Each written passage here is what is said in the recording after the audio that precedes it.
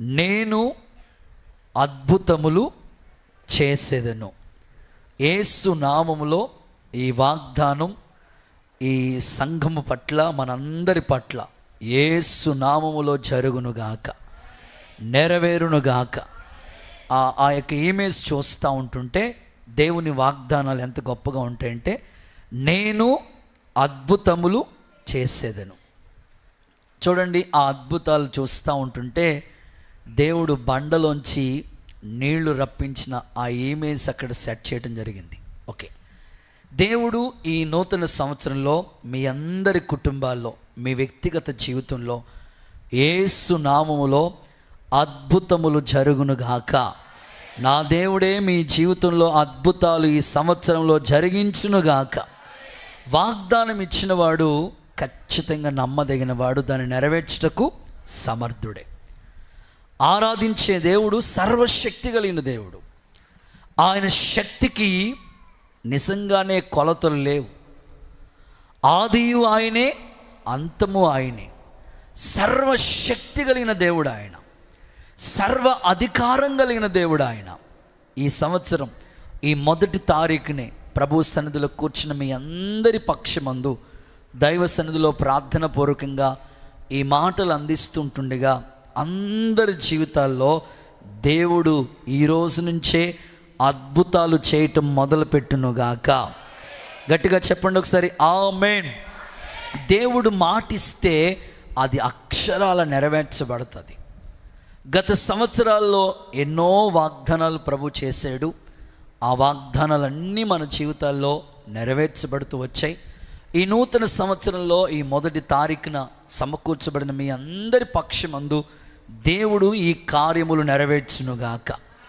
ఈ మాట తన ప్రజలతో చెప్తూ ఏమంటారంటే, ఏ జనముకు ఎప్పుడు ఎన్నడూ చేయని అద్భుతాలు మీ ఎదుటే చేస్తానని దేవుడు ఇజ్రాయేలు ప్రజలతో చెప్పాడు. వాస్తవంగా జరిగిన సందర్భాన్ని మనం చూస్తే, మోషే తన ప్రజల పక్షమందు విజ్ఞాపన చేస్తా అడుగుతూ ఉంటాడు, ప్రభువా వీళ్ళని క్షమించండి.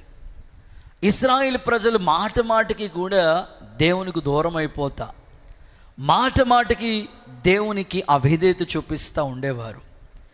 మోషే అవసరమైతే నా పేరైన ప్రభువా జీవగ్రంథంలో తీసేయండి, కానీ వీళ్ళ మాత్రం క్షమించండి ప్రభువా అని చాలా సందర్భాల్లో దేవుని పాదాల దగ్గర ఆయన విలపిస్తూ వచ్చాడు. వెంటనే దేవుడు అప్పుడు వారితో చెప్తున్నాడు, మోషే ఎప్పుడైతే ఇలా అడిగాడో దేవుడు చెప్తున్నాడు, నా ప్రజలకి ఎన్నడూ ఎప్పుడు చేయలేని ఈ అద్భుతాలు నేను ఖచ్చితంగా చేస్తానని దేవుడు అప్పుడు ఈ మాట తన ప్రజలను ఉద్దేశించి దేవుడు తెలియపరుస్తూ వచ్చాడు. ఇదిగో ఆ రోజు పాత నిబంధన ఇశ్రాయేలీలు, ఇప్పుడు యేసు రక్తం చేత కడగబడి కొనబడిన మనమందరం కొత్త నిబంధన ఇశ్రాయేలీలుగా ఉన్నాం. మనందరి జీవితాల్లో యేసు నామములో అద్భుతాలు ప్రారంభమగునుగాక. నిజంగానే దేవుడు అద్భుతాలు చేయటానికి శక్తి కలిగిన దేవుడు. ఆయనలో శక్తి ఉన్నది. ఈ ప్రజలకి నేను ఖచ్చితంగా అద్భుతాలు చేస్తానని ప్రభు మాటిచ్చాడు. ఒక దైవజనుడిగా నేను ప్రార్థన పూర్వకంగా మీ నుంచి కోరుకుంటుంది ఏమిటంటే, ఒకవేళ నువ్వు ఇప్పటికే ఉద్యోగ ప్రయత్నాలు చేస్తున్నావేమో, నీ ఉద్యోగ ప్రయత్నాల్లో దేవుడు అద్భుతం ప్రారంభించునుగాక. ఒకవేళ సంతానం కొరకు ఎదురు చూస్తున్నావేమో, దేవుడు అద్భుతము జరిగించునుగాక.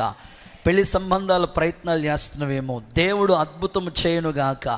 ఇల్లు కట్టే ప్రయత్నాలు, లేకపోతే విదేశీ ప్రయత్నాలు, ఏ విధంగా నువ్వు ప్రయత్నిస్తున్నావో సమస్తాన్ని, ఒకవేళ వ్యాపార విషయంలో, చేతి పని విషయంలో, జీవనాధారం గురించి నువ్వు ఎదురు చూస్తున్న ప్రతి విషయంలో క్రొత్త నిబంధన ఇశ్రాయేలీలుగా పిలువబడుతున్న మన పట్ల దేవుడు అద్భుతాలు చేయటం మొదలు పెట్టునుగాక. ఒకసారి అందరు కుడి చేతుల పైకెత్తి ఆమేన్ అని చెప్పండి. ఖచ్చితంగా దేవుడు చేస్తాడు. నీ ఆరోగ్య విషయంలో దేవుడు ఖచ్చితంగా ఒక అద్భుతమైన కార్యమే చేసి నిన్ను ఈ సంవత్సరం ఒక సాక్షిగా నిలబెట్టునుగాక.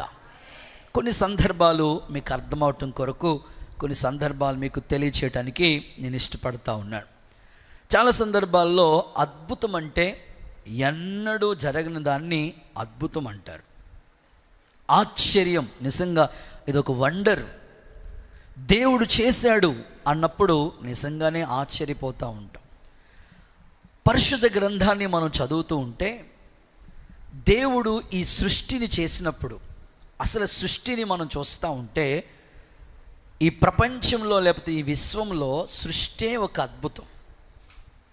ఎందుకు అనంటే దేవుడు నోటి మాట చెప్పున భూమి కలుగునుగా కంటే కలిగింది, సూర్యుడు కలుగునుగా కంటే, చంద్రుడు, నక్షత్రాలు, మానవ నిర్మాణం వచ్చినప్పటికీ తన పోలికతో తన రూపంలో దేవుడు మనిషిని చేశాడు. సృష్టి ఒక అద్భుతమైతే మానవ నిర్మాణం కూడా మరొక అద్భుతం. నరమాతృని జ్ఞాపకం చేసుకోవడానికి మనం ఏ పాటి వాళ్ళమండి. దేవుడు ఈ సృష్టిలో మనిషి నిర్మాణమే ఒక అద్భుతం. యేసుక్రీస్తు ప్రభు చేసిన అద్భుతాలన్నిటిని గురించి నేను బైబిల్ చదువుతూ ఉంటుంటే నిజంగా నాకు ఆశ్చర్యం అనిపించింది. ఆయన చేసిన అద్భుతాలు కంటికి, చెప్పండి, కంటికి, చెవికి, హృదయానికి అన్ని లెక్కలేనని అద్భుతాలు దేవుడు తన ప్రజల చేశాడు. కొన్ని ఎగ్జాంపుల్గా ఇంట్రడక్షన్లో కొన్ని మాత్రమే చెప్తాను. దేవుడు తన ప్రజలకి ఎన్ని అద్భుతాలు చేశాడంటే ఇశ్రాయేలు ప్రజలనే చూద్దాం ఒకసారి. చూస్తే వాళ్ళ ప్రయాణం చేస్తూ ఉంటుంటే సముద్రం వాళ్ళకి అడ్డుగా వచ్చింది. ముందు చూస్తే సముద్రం, వెనక చూస్తే ఫరో సైన్యం తరుముతూ ఉంది. మన పెద్దోళ్ళు భలే సామెతలు చెప్తూ ఉంటారు కదా, ముందు చూస్తే అమ్మా చెప్పండి అమ్మా, వెనకాల చూస్తే అది, అట్లాంటి పరిస్థితి వచ్చింది వాళ్ళకి. కానీ మోషే జస్ట్ అలా కర్ర చాపితేనే అద్భుతం. ఇటు గోడలాగా నీళ్లు అలా గోడలాగా కట్టేశారట. అద్భుతంగా వాళ్ళు ప్రయాణం చేశారు. శత్రువులు కనుమరుగైపోయారు. ఈరోజు ఒక దైవజనుడిగా నేను చెప్తున్నాను, నీకు విరోధంగా రూపించబడిన ఏ ఆయుధము వర్ధిల్లకుండా ఉండునుగాక, దేవుడే నీ ముందు నడిచి అద్భుతము చేయునుగాక. నిజంగానే తర్వాత వాళ్ళకి బండలోంచి నీళ్ళు వచ్చినాయి. ఆకాశం నుంచి మన్నాను దేవుడు కురిపించాడు. ఇవన్నీ అద్భుతాలే. ఓ చోటకి వెళితే నీళ్లు చేదైపోయినాయి. మారా అనే చోట నీళ్లు చేదైపోతే ఒక చెట్టు కొమ్మ అలా వేస్తే మధురంగా మారిపోయాయి. తన ప్రజల ఎడల దేవుడు ఎన్ని అద్భుతాలు, క్షణక్షణం అద్భుతాలు చేస్తూ వచ్చాడు. ఇక అలా బైబిల్ గ్రంథం అంతా ఓల్డ్ టెస్టిమెంట్, న్యూ టెస్టిమెంట్ చదువుతూ ఉంటుంటే ఎన్ని అద్భుతాలు ప్రభు చేశాడు. ఇక న్యూ టెస్టిమెంట్లోకి వస్తే క్రొత్త నిబంధన గ్రంథంలో ప్రభు స్వయంగా ఆయన చేసిన అద్భుతాలు చూస్తే, కానా పెండ్లి విందులో నీటిని ద్రాక్షరసంగా చేశాడు. ఎంత అద్భుతం అండి అది. లాజరు చనిపోయి 3 రోజులు అవుతుంది. లాజరు కమ్అవుట్, బయటికి రమ్మంటే చనిపోయిన లాజరు తిరిగి బ్రతికాడు. ఇలా చదువుకుంటూ వెళితే ఎన్ని అద్భుతాలు ప్రభు చేశాడో, ఎన్ని అద్భుత కార్యాలు ప్రభు చేశాడో. లేఖన సత్యాన్ని నేను అలా చదువుకుంటూ వెళుతున్నప్పుడు చాలా విషయాలు ప్రభు గాలిని గద్దించాడు. ఈ వాగ్దానం ఏ సమయంలో ప్రభు నాకు ఇచ్చాడంటే సరిగ్గా 17వ తారీఖు డిసెంబర్ 17 క్రిస్మస్ జరుగుతూ ఉంది. ఏర్పాట్లు అన్నీ అయిపోయినాయి, వంటలు అయిపోయినాయి, స్టేజీ, లైటింగ్, సౌండ్ సిస్టమ్ అన్నీ రెడీ అయిపోయినాయి. అంతే, వర్షం స్టార్ట్ అయింది. ఏం చేయాలో అర్థం కాని పరిస్థితులు. పాక దగ్గర వాళ్ళు ఏడ్చి, వంటలు చేసే వాళ్ళు అందరూ ఏడ్చి ప్రార్థన చేస్తున్నారు. అక్కోళ్ళు మందిరంలోకి వచ్చి ప్రార్థన చేస్తున్నారు. స్టేజ్ దగ్గర మేము ప్రార్థన చేస్తాం. ఏం చేయాలో మాకు అర్థం కాని పరిస్థితి. చుట్టూ ఒక 2-3 కిలోమీటర్ల చుట్టూ వర్షం. కానీ ఇక్కడ దేవుడు అలాగ ఆకాశానికి ఆజ్ఞాపించి అద్భుతంగా దేవుడు మీటింగ్ జరిగించాడు. చప్పట్లు కొడుతూ ఒకసారి యేసయ్యకి మహిమ చెల్లిద్దాం. సో మేము అలాగే ప్రార్థన చేసినప్పుడు అప్పుడు నాకు మనసులోకి దేవుడు ఆ ప్రేరేపణ కలుగు చేశాడు. నేను మీకు అద్భుతాలు చేస్తానని. నిజంగానే దేవుడు ఖచ్చితంగా ఈ సంవత్సరం మీ అందరి జీవితాల్లో ఆయనే అద్భుత కార్యాలు ప్రారంభించునుగాక. కొంచెం హుషారుగా చెప్పండి ఆమేన్ అనండి. 5 రొట్టెలు 2 చేపలు ఎంతమందికి? ఎంత అద్భుతం అండి. సో ఇలాగ ఎన్నో చాలా హాగరు కోసం ప్రక్కనే కదా అరణ్యంలో నీటి బుగ్గను దేవుడు పుట్టించాడు. ఎంత అద్భుతం అండి ఇది. సో ఇలాగా ఆయన అద్భుతాలు మనం వర్ణించలేం, వివరించలేం. దైవజనుడిగా నేను కోరుకునేది ఏమిటంటే, నా జీవితాల్లో దేవుడు అద్భుతాలు చేయాలనుకుంటున్నాడు. యేసు నామములో ప్రారంభమగునుగాక. తప్పకుండా వాగ్దానం ఖచ్చితంగా జరుగుతుంది, నెరవేర్చబడుతుంది. కొన్ని ఉదాహరణలు చెప్తాను. అద్భుతం కావాలని అందరూ ఆశపడతారు. అయితే దేవుడు ఎవరి జీవితాల్లో అద్భుతాలు చేస్తాడనేది నేను ఒక సబ్జెక్టుగా మీకు సందేశాన్ని ఇవ్వాలనుకుంటున్నాను. ఇప్పుడు ఒక పక్షి చెట్టు మీద వాలింది, జస్ట్ చెట్టు మీద వాలితే పావురం అనుకోండి, పావురం వాలింది. వెంటనే అక్కడున్న పిల్లి కూడా నేను కూడా చెట్టు ఎక్కుతానని ఎక్కి అక్కడ చెట్టెక్కి చెట్టు మీద వాలింది. ఎవరు?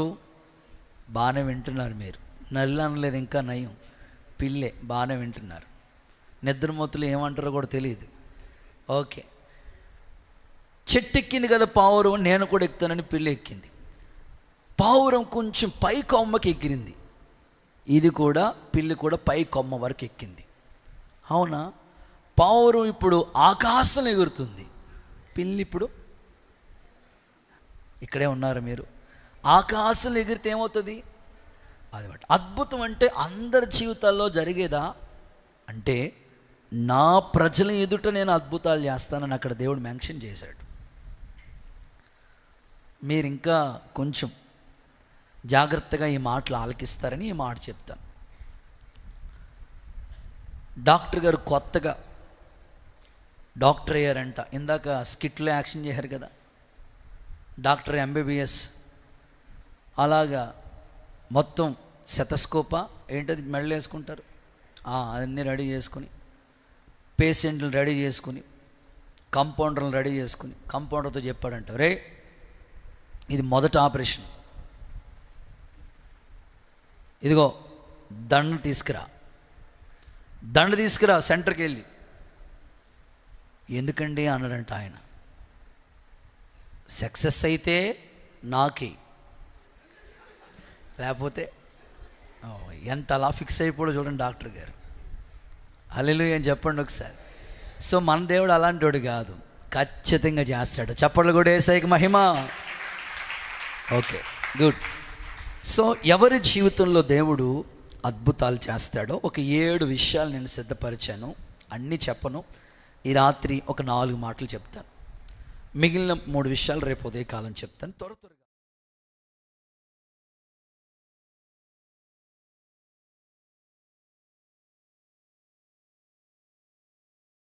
మీ మధ్య అద్భుత కార్యములు చేయను. రేపు మీ మధ్య అద్భుత కార్యాలు చేస్తాడు. గనుక మిమ్మల్ని మీరు పరిశుద్ధపరచుకోండి. చాలు. మొదటి మాట పరిశుద్ధ పరచబడాలి అనండి ఒకసారి మీ నోటితో. అది ఎవరి జీవితంలో దేవుడు అద్భుతాలు చేస్తాడంటే పరిశుద్ధత ద్వారా అద్భుతాలు. ఎవరి జీవితంలో అయితే పరిశుద్ధపరచబడతారో వాళ్ళ జీవితంలో దేవుడు ఖచ్చితంగా వండర్స్, అద్భుతాలు ఖచ్చితంగా ప్రారంభిస్తాడు. ఈరోజు ఇక్కడ కూర్చున్న మీ అందరూ కూడా క్రొత్త సంవత్సరంలో మనం అడుగుపెట్టాం. 2024 అయిపోయి 2025లోకి వచ్చాం. లాస్ట్లో 3 రోజులు ఒక శుద్ధీకరణతో కూడిన తీర్మానాల పండుగలు మనకి దేవుడు జరిగించారు. ఎందుకోసం ఈ కూడికలు జరిగినాయి అంటే, క్రొత్త సంవత్సరంలోకి వెళుతున్నాం కనుక తప్పకుండా ఒక సిద్ధపాటు, ఒక తీర్మానం కావాలి. పాత సంవత్సరంలాగే మరలా పాత జీవితంలాగా ఉంటే ప్రయోజనం లేదు. అందుకే క్రొత్త సంవత్సరంలో కొత్త తీర్మానాలతో మనం అడుగు పెడితే ఆ కార్యాలు మన జీవితంలో చూస్తాం. దేవుడు కూడా ఇక్కడ యెహోషువ ద్వారా మాట్లాడుతున్నాడు. అప్పటికే మోషే నాయకత్వం అయిపోయింది. నెక్స్ట్ జనరేషన్లో యెహోషువ నాయకుడి అయ్యాడు. మోషేని గౌరవించినట్లే ప్రజలందరూ యెహోషువను కూడా గౌరవిస్తున్నారు. ఇప్పుడు యెహోషువ నిలబడి అంటాడు, రేపు మీ మధ్య దేవుడు అద్భుతాలు చేయబోతున్నాడు. అయితే ఆయన మీ మధ్యలో అద్భుతాలు చేయాలంటే మీరు మిమ్మల్ని మీరే పరిశుద్ధపరచుకోవాలి. ఎవరి జీవితంలో పరిశుద్ధత కొరకు పరుగులెడతారో, పరిశుద్ధత కొరకే ప్రయాసపడతారో, ఆ పరిశుద్ధత వైపు వేసే అడుగులే నీ జీవితానికి అద్భుత కార్యాలుగా మారిపోతాయి. చప్పట్లు కొడుతూ యేసయ్యకి ఒకసారి మహిమ చెల్లిద్దాం. ఎవరో ఏదో చేయాలనుకోవాల్సిన పని లేదు. ఈ రోజుల్లో అద్భుతం అంటే ఏంటి? Touch ministry. ఏంటది? అలా టచ్ అంటే పడిపోతే అమ్మో ఏదో అద్భుతం అయిపోయింది నాయన, అది కాదు. ఎవరో చేతులు ఉంచాలి, ఎవరో ఏదో చెయ్యాలి, ఎవరో ఏదో చెప్పాలి, అది కాదు. దేవుడు అంటున్నాడు, నిన్ను నీవు పరిశుద్ధపరచుకో చాలు. ఆటోమేటిక్గా నీ జీవితంలో ఎన్నడూ చూడని గొప్ప కార్యాలు దేవుడు నీ జీవితంలో జరిగించునుగాక, అద్భుతము జరుగునుగాక. సో మాటిస్తే అది డెఫినెట్లీ జరుగుతుంది. నిబంధన మందసాన్ని మోస్తున్న యాజకులు యోర్దాను వాళ్ళకి అడ్డుగా ఉంటే, ఆ నిబంధన మందసాన్ని మోస్తున్న యాజకులు తమ అరికాళ్ళు అలా నిలిపారంట. అంతే. ఎగువ నుండి ప్రవహిస్తున్న ఆ యోర్దాను ఏకరాశిగా మారిపోయింది. ఏం కారణం అంటే వారి భుజాల మీద నిబంధన మందసం ఉంది. నిబంధన మందసం అంటేనే మనం ఆరాధించే ప్రభు. మందసం 2 ఉపకరణాలతో చేయబడింది. తుమ్మకర్ర, బంగారు రేకు పొదిగించారు. యేసయ్య మానవత్వం, దైవత్వం. వారి భుజాల మీద మందసం ఉన్నంతసేపు అద్భుతాలు జరిగినవి. యాజకుల వల్ల జరిగిన కార్యం కాదు ఇది. యాజకులు మోస్తున్న మందసం వాళ్ళ భుజాల మీద ఉంది కాబట్టి ఎప్పుడైతే యోర్దాను అలా తాకిందో వాళ్ళ కాలు ఏకరాశిగా నిలిచిపోయింది. ఈ రాత్రి లేకపోతే ఈ వేకుజామున దైవ సన్నిధిలో కూర్చున్న మీ అందరి జీవితంలో దేవుడు అద్భుత కార్యాలు చేయటానికి సమర్థుడే. ఆయన నిన్న నేడు నిరంతరం ఏకరీతిగానే ఉన్నాడు. అయితే నీ జీవితంలో ఈ అద్భుతం జరగాలంటే నిన్ను నీవు పరిశుద్ధత వైపు నీ అడుగులు పయనించాలి. నీ మాట, నీ చూపులు, నీ తలంపులు, నీ ప్రవర్తన, నీ క్రియలు, అన్ని విషయంలో ఇప్పుడున్న పరిశుద్ధత కంటే మహాపరిశుద్ధతలోనికి, సంపూర్ణతలోనికి రావటానికి దేవుడు ఒక్కొక్కరిలో కృపను అనుగ్రహించునుగాక. గట్టిగా చెప్పండి ఆమేన్. నీకు ఎదురొచ్చే ప్రతి శత్రు ఆలోచన నిర్మూలమైపోనుగాక. మందసం మోస్తూ ఉంటుండగానే దేవుడు కార్యాలు చేసేసాడు. మీ జీవితంలో కూడా మందసానికి గుర్తుగా ఉన్న దేవుని యొక్క పరిశుద్ధత. ఆయన్ని గురించి భక్తుడు అంటాడు, వేల్పులలో మహనీయుడు, పరిశుద్ధతలో ఆయనకి సాటైన వారు ఎవరు లేరు. అంత పరిశుద్ధుడు. యెషయా దర్శనం చూస్తున్నాడు కదా, యెహోవా పరిశుద్ధుడు, పరిశుద్ధుడు, సర్వలోకం ఆయన మహిమతో నింపబడి ఉంది. ఈ ఉదయకాలం దైవ సన్నిధిలో కూర్చున్న మీ అందరి జీవితాల్లో ఆయన అద్భుతాలు చేయటానికి వాస్తవమే. అయితే ఆ అద్భుతం నీ ఎడల చేయాలంటే నీలో పరిశుద్ధత వైపు నువ్వు అడుగులు పయనించాలి. అప్పుడు ఖచ్చితంగా దేవుడు అద్భుతాలు అనేవి ఖచ్చితంగా చేస్తాడు. లేఖనాల్లో మనం చూస్తే సంఘాన్ని గురించి ఏమన్నాడంటే పరిశుద్ధ సంఘం అన్నాడు. చెప్పండి, ఏ సంఘం అంట? ఆ సంఘానికి ప్రభువు పెట్టిన పేరు పరిశుద్ధ సంఘంగా మీరు కూడుకోండి. మచ్చ ఉండకూడదు, డాగు ఉండకూడదు, కలంకం ఉండకూడదు. నిష్కలంకమైన రక్తంతో కడగబడి యేసు రక్తం ప్రతి పాపములు కడిగి పరిశుద్ధపరిచినట్లు వాక్యము చేత ఉదక స్నానం జరుగుతున్నప్పుడు అప్పుడు సంఘం పరిశుద్ధతలోనికి వస్తుంది. ఆ పరిశుద్ధుల మధ్య దేవుడు తన అద్భుత కార్యాలు చేయటం మొదలు పెడతాడు. సంఘాన్ని అలాగూ దేవుడు దీవించునుగాక. కొంచెం గట్టిగా ఆమేన్ అని చెప్పండి. ఫర్ ఎగ్జాంపుల్ మోషే. నేను మోషే గురించి ఆలోచిస్తే మండుచున్న పొదను చూడటానికని వెళ్ళాడు. పొదను చూస్తుంటే వింత. పొద మండుతుంది కానీ కాలిపోవట్లేదు. ఎంత అద్భుతం. వెంటనే దేవుడు అక్కడ మాట్లాడుతున్నాడు. నీ ఉన్న చోటు ఎట్లా తెలుసా? పరిశుద్ధ స్థలం. అందుకని నువ్వేం చేయాలి తెలుసా? నీ చెప్పులు విడిచిరా అన్నాడు. మామూలుగా ఉంటే దేవుడు అద్భుతం చేయొచ్చు కదా. ఆయన పిలిపే స్టార్టింగే మోషే జీవితం చూస్తూ ఉంటుంటే అక్కడే దేవుడు పిలుస్తున్నాడు. మండుచున్న పొదలోంచి దేవుడు కాలింగ్ వచ్చింది ఆయనకి. నేను ఉన్నవాడిని అనువాడిని అని పిలిచి చెప్పాడు. నేనున్న చోటు తెలుసా, పరిశుద్ధ స్థలం. నువ్వు ఆ పాద రక్ష అంటే చెప్పులు విడిచి రా అన్నాడు. అంటే చెప్పులు పాత జీవితానికి గుర్తు. దేవుడు ఉండే చోటు పరిశుద్ధ స్థలం. ఈరోజు నీ ఆత్మీయ జీవితంలో ఎంతగా పరిశుద్ధత వైపు నువ్వు పయనిస్తావో దేవుడు అంతకంటే ఎక్కువ అద్భుతాలు యేసు నామములో జరుగునుగాక. చూడండి, ఒక వాక్యం చదివిస్తాను మీకు. నిర్గమకాండం 3వ అధ్యాయం 5వ వాక్యం చదవండి ఒకసారి. నిర్గమకాండం 3వ అధ్యాయం 5వ వచనం. మరియు ఆయన అందుకు ఆయన దగ్గరకు రావద్దు, నీ పాదముల నుండి నీ చెప్పులు విడువు, చెప్పులు విడిచిరా. నీవు నిలిచిన స్థలం ఉన్న స్థలం ఎలాంటిదో తెలుసా? నువ్వు ఉన్న స్థలం ఎలాంటిదో? పరిశుద్ధ స్థలం. సో మోషే జీవితంలో ప్రారంభంలోనే మోషే ద్వారా ఇన్ని అద్భుతాలు ఎలా జరిగినాయి? పాత జీవితం లేదు మోషేలో. ఎప్పటికప్పుడు తన జీవితం అంతా కూడా పరిశుద్ధపరచబడిన సీనాయి పర్వతం మీద 40 రాత్రింబగలు ఉపవాస ప్రార్థన, ముఖాముఖిగా దేవునితో మాట్లాడే అనుభవం. అందుకే దేవుడు అద్భుతాలు అనేవి చేస్తూ వచ్చాడు. ఈ రోజుల్లో నా జీవితాల్లో కూడా ఆయన చేయటానికి సమర్థుడే. అయితే పరిశుద్ధత వైపు మీరు అడుగులు వేయటానికి ఇష్టపడండి, సిద్ధపడండి. ఇప్పుడున్న పరిశుద్ధత చాలదు, ఇంకా సంపూర్ణతలకు రావటానికి సంసిద్ధమై ఉందాం. ప్రభు మీ ఎడల సహాయము చేయనుగాక. బైబిల్లో మరొక మాట కూడా చదివిస్తాను. కొరింథీయులకు రాసిన 2వ పత్రిక 7వ అధ్యాయం 1వ వచనం చూడండి. వాగ్దానానికి గురించి ఒక మాట చెప్తున్నాడు అక్కడ. కొరింథీయులకు రాసిన 2వ పత్రిక 7వ అధ్యాయం 1వ వచనం. మనకు ఈ వాగ్దానములు ఉన్నవి, ఈ వాగ్దానాలన్నీ మనకున్నాయి గనుక దేవుని భయముతో. అయితే ఈ వాగ్దానాలన్నీ మీ జీవితంలో జరగాలంటే దేవుని భయముతో పరిశుద్ధతను సంపూర్తి చేసుకొని, పరిశుద్ధతని మీరు ఏం చేయాలి తెలుసా? సంపూర్ణతలోనికి తీసుకురావాలి. శరీరానికి ఆత్మకు కలిగిన కలంకం అంతటిని కూడా మనలను పవిత్రులుగా చేసుకోవాలి. ప్రియులారా, ఈ వాగ్దానాలన్నీ మనకు ఉన్నాయి.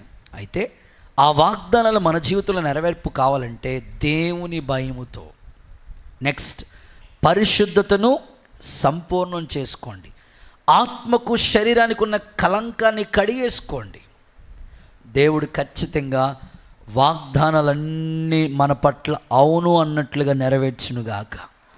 ఎప్పుడైతే పరిశుద్ధత వైపు నువ్వు అడుగులేస్తావో వాగ్దానం ఆటోమేటిక్గా నీ జీవితంలో స్టార్ట్ అయిపోతుంది, నెరవేర్పు జరుగుతుంది. ఈ రోజుల్లో ఎంత ప్రతికూలంగా వ్యక్తులు మారిపోతున్నారో అనిపిస్తూ ఉంటుంది. భర్త భార్య బచ్చుల బంధం, కుటుంబ వ్యవస్థ దేవుడు స్థాపిస్తే వాళ్ళ కుటుంబాల్లో కూడా అనేక విధమైన స్థితిగతులు ఏర్పడతా ఉన్నాయి. భార్య అడిగిందంట, ఏమండి ఫోన్ చేయాలి, మా అమ్మగారికి ఫోన్ చేయాలి. ఆవిడికి కూడా ఫోన్ ఇవ్వడు మాట. ఆయన ఫోనే ఇవిడు వాడుకోవాలి.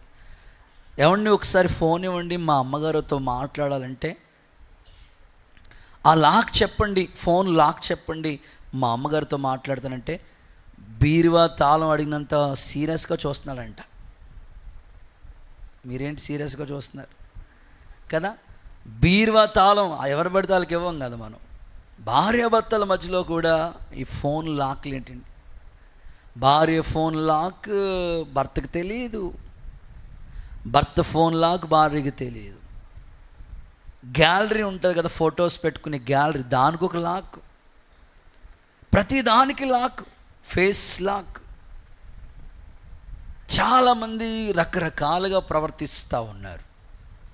దేవుడు మీ జీవితంలో పరిశుద్ధత వైపే మీ అడుగులు వేసే కృపను అనుగ్రహించునుగాక.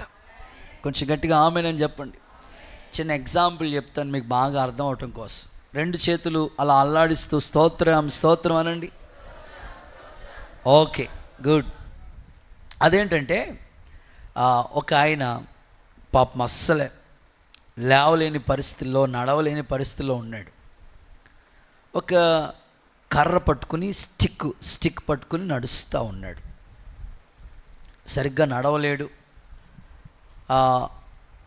స్టిక్ పట్టుకుని నడుస్తూ ఉన్నాడు.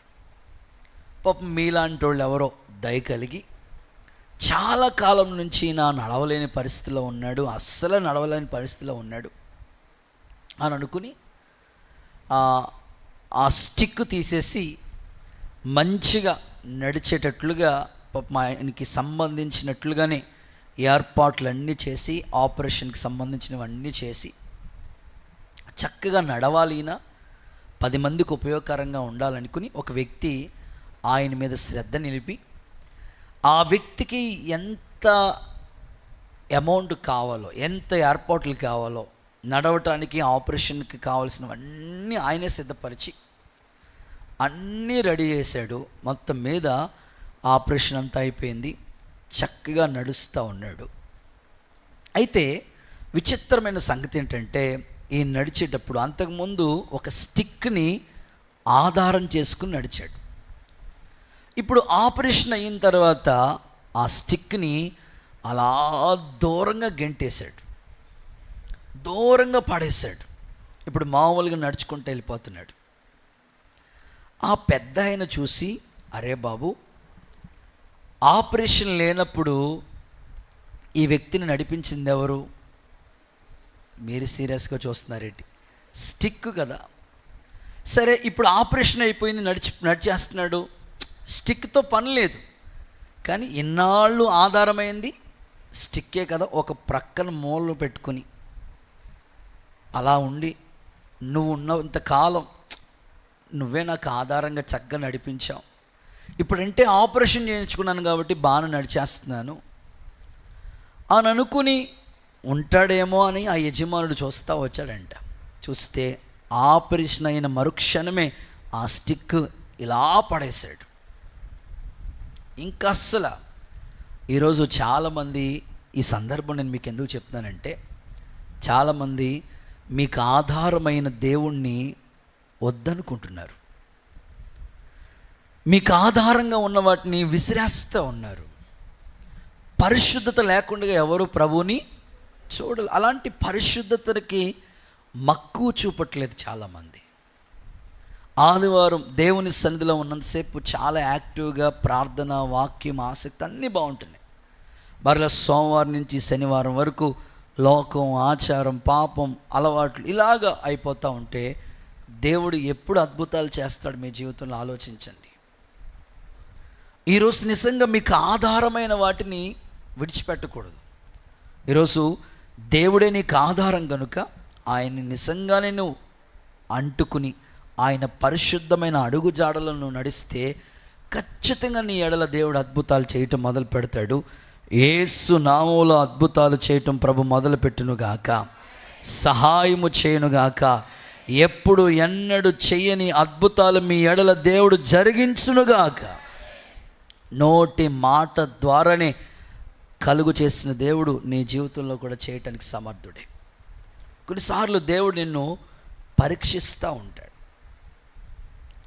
ఇప్పుడు యెషయా ప్రవక్తే కదా. హలో, వినాలి. యెషయా ఎవరు? ప్రవక్తే కదా.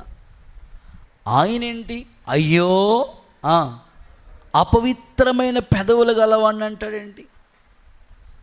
అంటే అంత ప్రవక్త కూడా ప్రాయశ్చిత్తం కోసమే వేడుకుంటున్నాడు దేవుణ్ణి.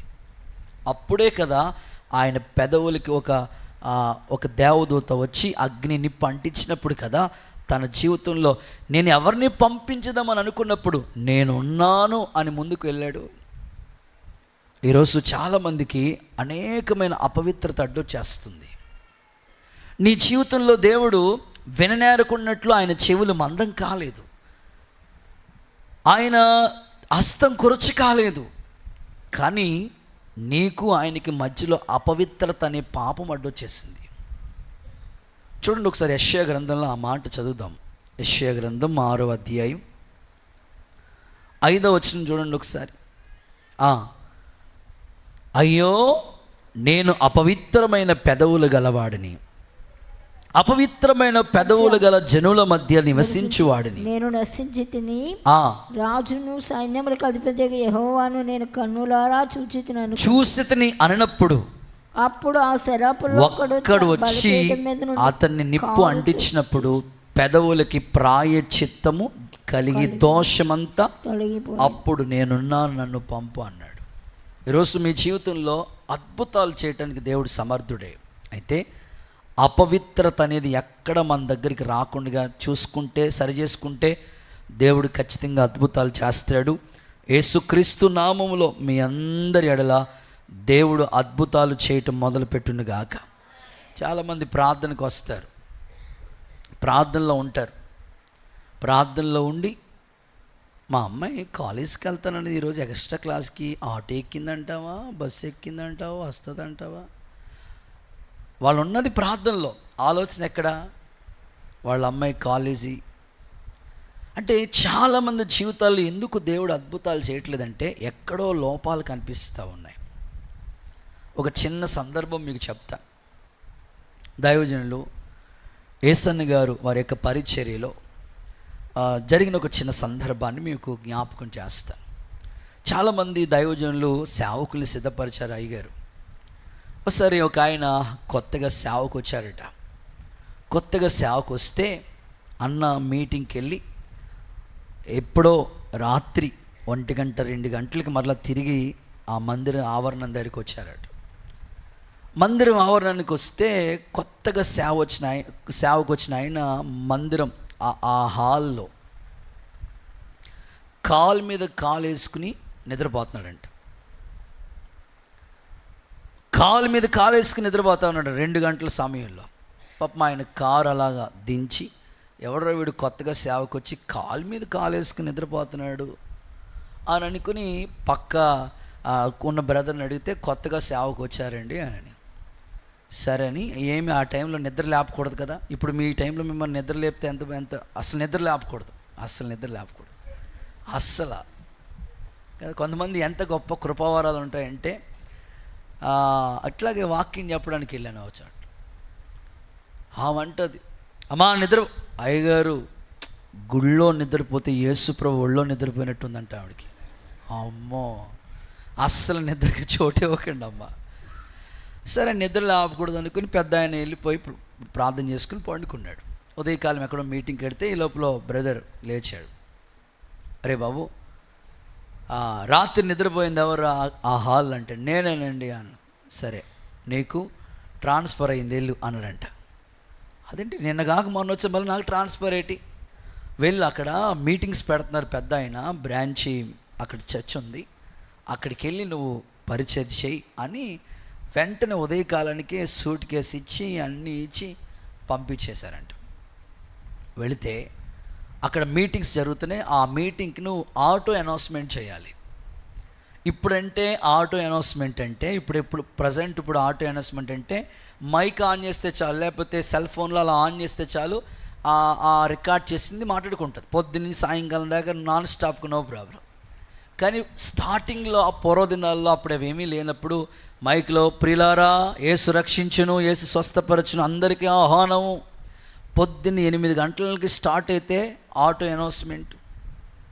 అది కూడా రిక్షా, ఆటో కూడా లేదు, రిక్షా. మరలా సాయంకాలం 7-8 అయ్యేదట. మొత్తం ఆ చుట్టూ ప్రాంతాలన్నీ వారం రోజులు ఆటో అనౌన్స్మెంట్ చేశాడంట. పనిష్మెంట్ చూడండి, దేనికోసం? కాలు మీద కాలు వేసుకుని పడుకున్నందుకు. Auto announcement వెళ్తుందంట. ఆ యొక్క రిక్షా అనౌన్స్మెంట్ చేసుకుని పోతూ ఉంటుంటే వెనకాలే పెద్ద పాస్టర్ గారి కారు వెళ్తుంది, కానీ చూసి చూడనట్టుగా వెళ్ళిపోయాడంట ఆయన. వీళ్ళు అనుకున్నారు, ఏంటి పెద్ద ఆయన వెళ్ళిపోతాను, మనల్ని నీళ్ళు వాటర్ బాటిల్ ఏమో థమ్సప్ ఎదురు ఇస్తే బాగుండగా, పొద్దున్న నుంచి నోరు ఆవిరైపోయింది. అలాగా ప్రతి విషయంలో సేవకుల్ని కూడా గమనించుకుంటా, ఏ లోపం ఉన్నా దేవుడు అద్భుతాలు చేయడని, అరే బాబు అని చాలా వాళ్ళ స్థితిగతులు కనిపెట్టుకుని అలాగా సేవ కట్టుకుంటూ వచ్చారు. కనుకనే ఎన్నో అద్భుత కార్యాలు సేవలో దేవుడు జరిగిస్తూ వచ్చాడు. దేవునికి మహిమ కలుగునుగాక. మీ జీవితంలో ఒక కుటుంబ యజమానిగా నీ భార్య, నీ పిల్లలు, నీ కుటుంబం, ప్రతి దాని గురించి నువ్వు ఆలోచిస్తూ ఉంటావు. అయితే వ్యక్తిగత జీవితంలో పరిశుద్ధత గురించి కూడా ఆలోచించు. నీ ఇంట్లో ఆయన అద్భుతాలు చేయడానికి సమర్థుడే. ప్రవక్తల సహితం వాళ్ళ పశ్చాత్తాపడి అద్భుతం కోసం ప్రయాసపడ్డారు. ప్రభు నీ ఎడల అద్భుత కార్యాలు మొదలుపెట్టునుగాక. రెండో విషయానికి వస్తున్నాను. సెకండ్ వన్, ఎవరి జీవితంలో దేవుడు అద్భుతాలు చేస్తాడు? ఒకటి చెప్పండి, పరిశుద్ధ పరచబడాలి.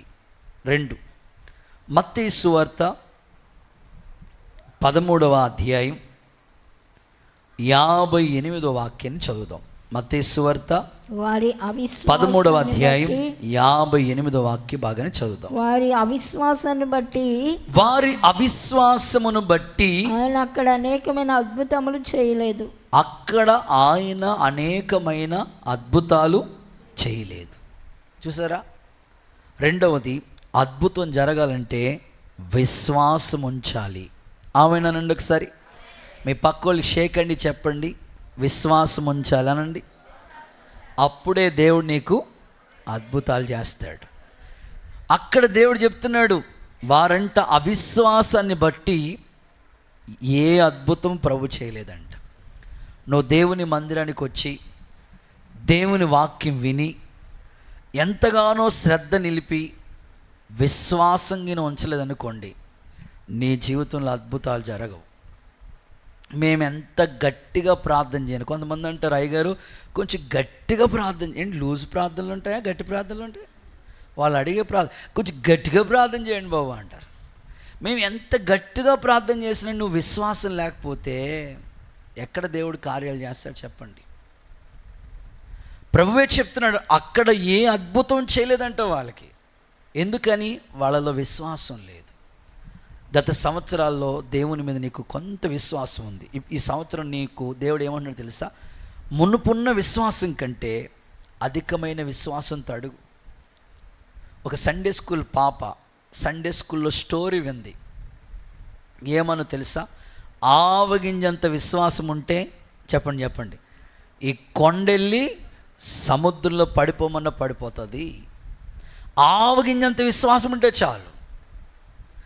సరే అనుకుని ఈ సండే స్కూల్ పాప చాలా రోజుల నుంచి ప్రార్థన చేసేదంట. టీచర్ అక్క చెప్పింది, ఆవగింజంత విశ్వాసం ఉంటే చాలు, ఈ కొండెళ్ళి సముద్రంలో పడిపోమన్నా పడిపోద్ది అన్నారు. ఈ కొండ మాకు అడ్డుగా ఉంటుంది, మా ఇంటి మీద ఎండ పడకుండా అడ్డుగా ఉంటుంది, ఈ కొండను తొలగించి ప్రభు అని విశ్వాసంతో ప్రార్థన చేసుకుంటూ ఉండేదంట ఆ పాప. రానే వచ్చింది. ప్రతి సండే స్కూల్లో వింటూ ఉండేది, ప్రార్థన చేసి మొదలుపెట్టేది. దేవుడి దయ వల్ల 15 రోజులు తిరగకుండగానే వాళ్ళ ఇంటి ఎదురుగుండా ఉన్న కొండ, అంటే వాళ్ళ ఇంటి ఎదురుగుండా నుంచి బైపాస్ రోడ్ ఒకటి శాంక్షన్ అయింది. దేవుడికి స్తోత్రం చెప్పండి. ఆ కొండ ప్రొక్లైన్ తీసుకొచ్చి తీసేశారు. నిజంగానే ఆ పాప విశ్వాసం చూడండి, ఆవగింజంత విశ్వాసం. దైవజనుడు చెప్తున్నప్పుడు ఒక తల్లి కూడా, మా ఇంట్లో ఉన్న ఆ బొబ్బాస్కాయ చెట్టు పెరట్లోంచి తొలగిపోవాలి, యేసు నామములో అడుగుతాం, తొలగిపోవాలి యేసు, తొలగిపోవాలి యేసు, తొలగిపోవాలి యేసునాం అని ప్రార్థన చేసినాను. వెళ్ళి చూస్తే తొలగిపోలేదు. నేను ముందే అనుకున్ననే అక్కడ పోతుంది అంటే నీ విశ్వాసం అలా ఉంది. మరి దేవుడికి స్తోత్రం చెప్పండి. మీ ఆయన మారడు అంటే మారడు, మారుతాడంటే ఖచ్చితంగా మారుతాడు. నీ పిల్లలు మారుతారు అంటే మారుతారు. నీ విశ్వాసమే. అసలు దేవుడు నీకు ఇచ్చిన శక్తివంతమైన కార్యం ఏదైనా ఉందంటే అది విశ్వాసమే. నిరీక్షించు వాటి యొక్క అంటే లేనిది ఉన్నది అనాలి. నీ దగ్గర అది లేదు. విశ్వాసం అంటే ఏంటి తెలుసా? లేనిది ఉన్నది అనటమే. గర్భఫలం గురించి ఎదురు చూస్తున్న వాళ్ళు ఉన్నారు ఇక్కడ. దేవుడు చేస్తాడు. ఆ ఫెయిత్ ఖచ్చితంగా నీ విశ్వాసాన్ని బట్టి కార్యాలు ప్రభు చేస్తాడు. ఇప్పుడు శారమ్మ విశ్వాసాన్ని గురించి మాట్లాడతాను. చూడండి ఒకసారి హెబ్రీయులకు రాసిన పత్రిక 11వ అధ్యాయం 11వ వచనం చూడండి. శారమ్మకి ఎంత విశ్వాసం ఉందో, శారమ్మకి ఎంత విశ్వాసం ఉందో. విశ్వాసమును బట్టి సారాయు వాగ్దానం చేసిన దేవుడు నమ్మదగిన వాడని ఎంచుకొనెను గనుక తాను వయసు గతించిపోయిందైనను గర్భము ధరించుటకు శక్తి పొందెను. చప్పట్లు కొడుతూ ఒకసారి యేసయ్యకి మహిమ. అక్కడ ఏమని రాస్తా తెలుసా? విశ్వాసమును బట్టి.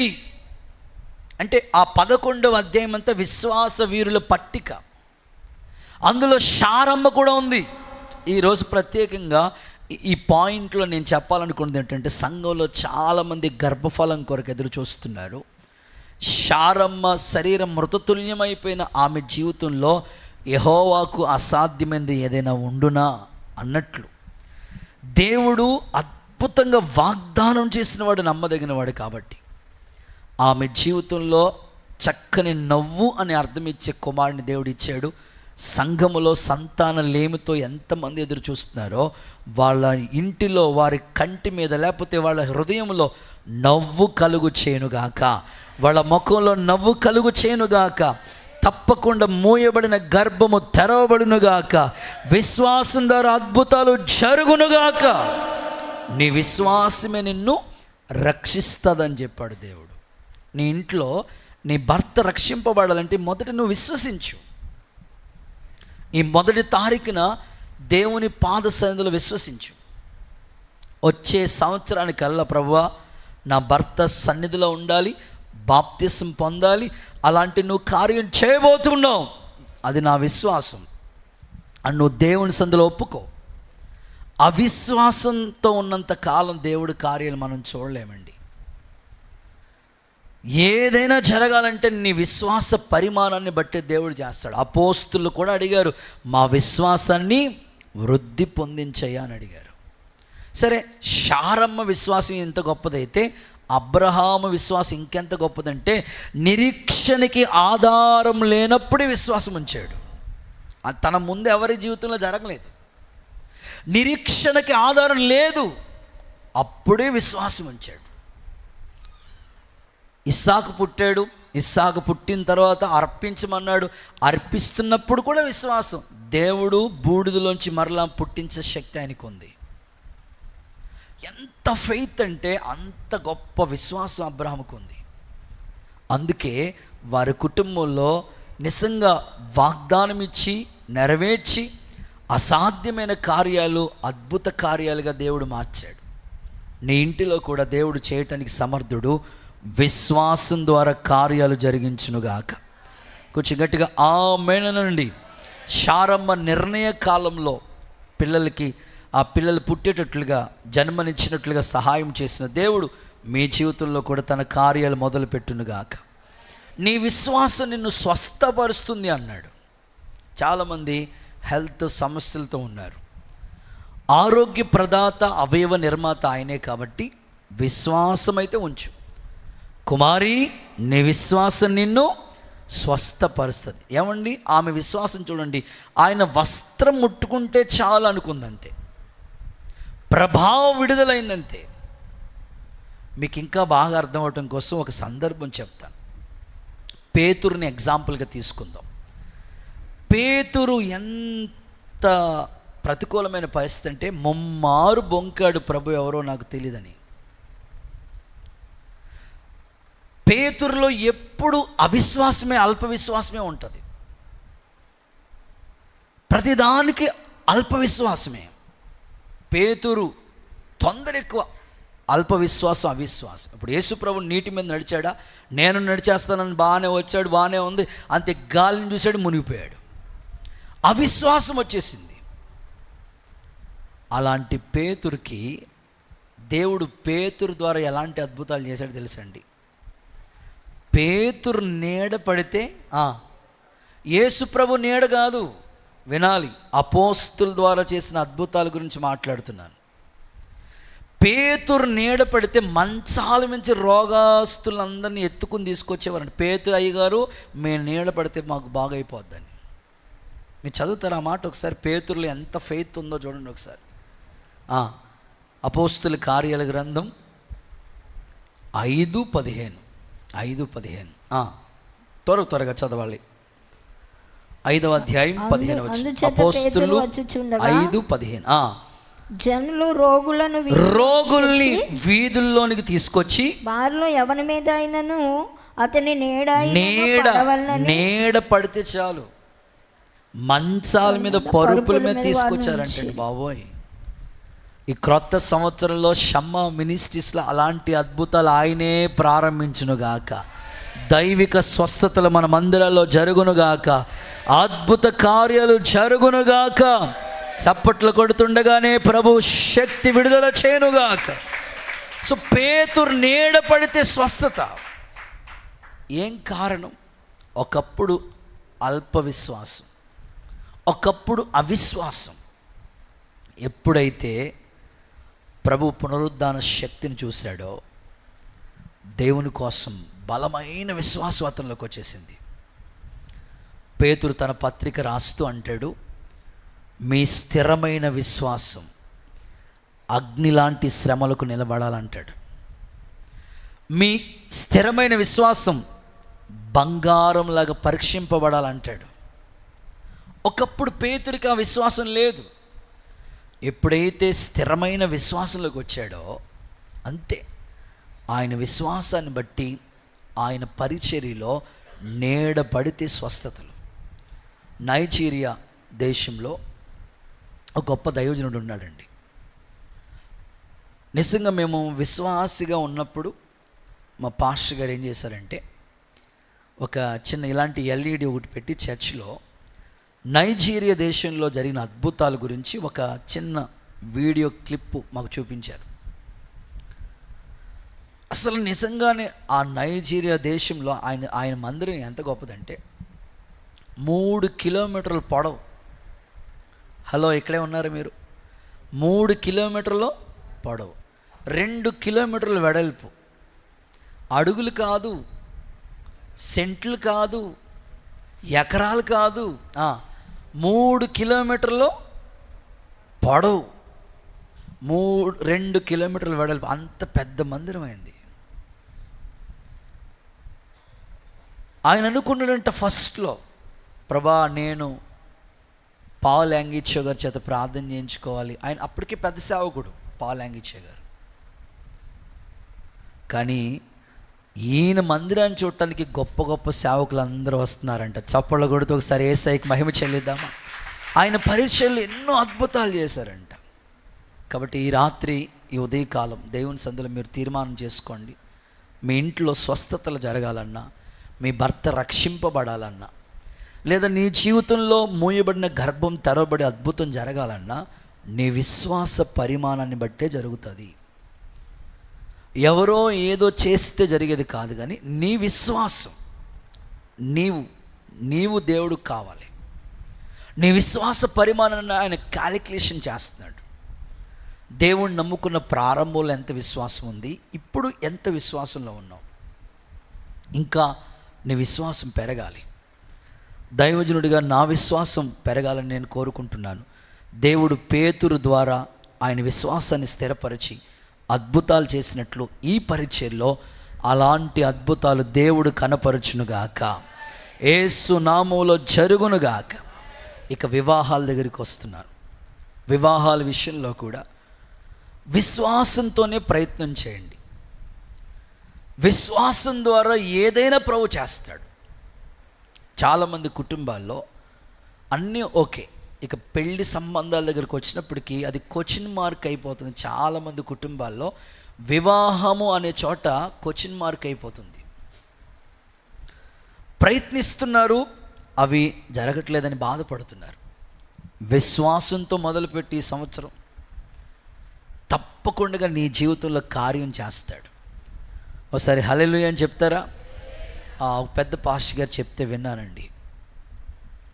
ఒక తల్లి, అయ్యగారు మా అమ్మాయి పెళ్ళి సాయంకాలం ఏర్పాటు చేశారు. పెళ్ళి కొడుకోళ్ళు మరి వాళ్ళ ఇష్టం, వాళ్ళు ఎప్పుడంటే అప్పుడే కదండి, మీరు రావాలమ్మా. పెళ్ళి ఎవరైనా పగలు పెట్టుకుంటారు, సాయంకాలం అంటే ఎలాగమ్మా? రోజు మీటింగ్స్ ఉంటాయి కదా తల్లి, రావటానికి ఏమోండి మీరు ఏం చేస్తారో తెలియదు, రావాలి మరి పెళ్ళి కొడుకోళ్ళు ఇష్టమే మా ఇష్టం అని. సరే అనుకుని మరికి తప్పదు కదని పెళ్ళి ఏర్పాటు చేస్తే అయ్యగారు బయలుదేరి ఆ మీటింగ్కి వేరే వాళ్ళని పంపించి పెళ్ళి సంఘస్థులు కదండి తప్పదని వెళ్ళారు. మొత్తం మీద పెళ్ళంతా అయిపోయింది. 3 నెలలు తిరగకుండగానే ఈ పెళ్ళి కూతురు పెళ్ళి కొడుకుని తన్నేసి పెళ్ళి కొడుకు వాళ్ళ అత్తగారిని నెత్తి మీద చితక బాధేసి అడ్డొచ్చిన మూలన కూర్చున్న ముసలమ్మని కూడా గెంటేసి ఇంటికి వచ్చేసింది. ఎన్ని రోజులకి? మీరేంటి సీరియస్గా ఉన్నారు? మూడు నెలలకి భర్త గారిని తన్నేసింది, అత్తగారిని గెంటేసింది, ముసలమ్మను కూడా పక్కకి తోసేసి వచ్చేసి మందిరానికి వచ్చి అంటదట, అయ్యగారు సూర్యుడు అస్తమించిన సమయంలో పెళ్లి చేశారు. ఎప్పుడు? మీరేంటి చాలా సీరియస్గా ఉన్నారు? ఎప్పుడు పెళ్లి చేశారు? సూర్యుడు అస్తమించి, అంటే పెళ్ళి చీకట్లో కదా, ఆ సూర్యుడు అస్తమించినప్పుడు పెళ్లి చేశారు. అందుకే మా అమ్మాయి జీవితం ఎలా జరిగింది. కాబట్టి విడాకులు తీసుకునేటట్లుగా ప్రార్థన చేయండి. దేనికోసం ప్రార్థన చేయాలంటే మేము విడాకులకి మళ్ళీ మేము ప్రార్థన ఎందుకమ్మా అని పెద్ద ఆయన అంటే కుదరదండి, చేయాలి. సరే అనుకుని అలా జరిగితే మరలా ఒక 4 నెలలు తిరగకుండానే వేరే పెళ్లి సంబంధం కోసం వెతికి చూస్తూ ఉంటుంటే ఒక సంబంధం సెట్ అయింది. అయ్యగారు ఈసారి సూర్యుడు ఉదయించకుండగానే పెళ్లి జరిగిపోవాలి. ఎప్పుడు పెళ్ళంట?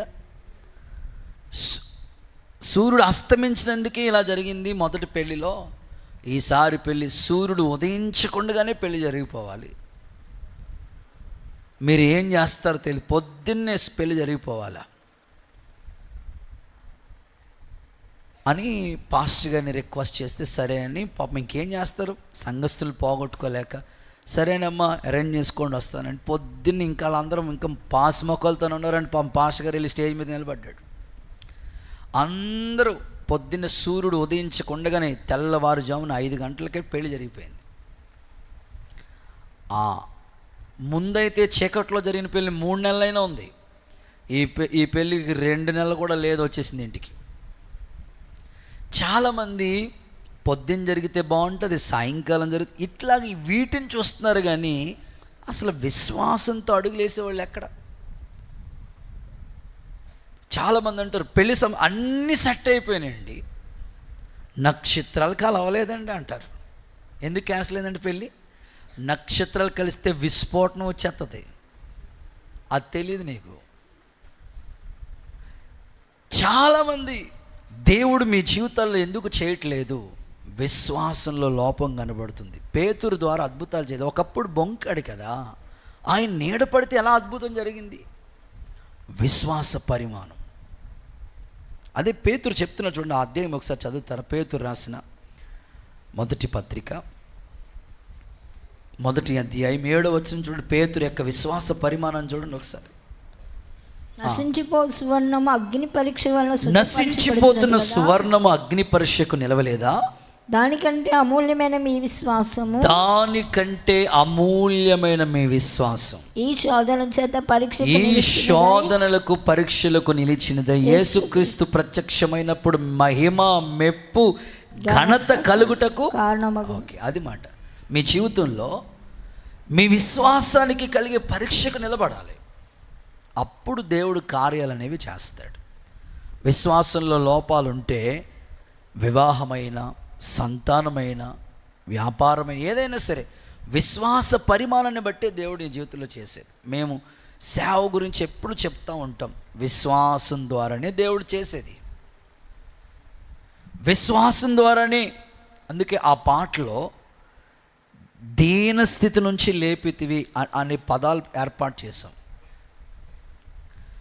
ఒకప్పుడు ఈ సేవ ప్రారంభ పరిచర్య పరన్యుతి స్కూల్ దగ్గర ప్రారంభమైనప్పుడు చిన్న చాపతో ప్రారంభమైంది ఈ సేవ. ఆధారం ఆయనే, ఆధారం ఈ పరిచర్యకి ఆయనే ఆశ్రయమై, ఆయనే దీవించి విశ్వాస పరిమాణాన్ని బట్టే క్రియలు అనేవి అన్నీ జరిగించుకుంటూ వచ్చాడు ఈ రోజుకి.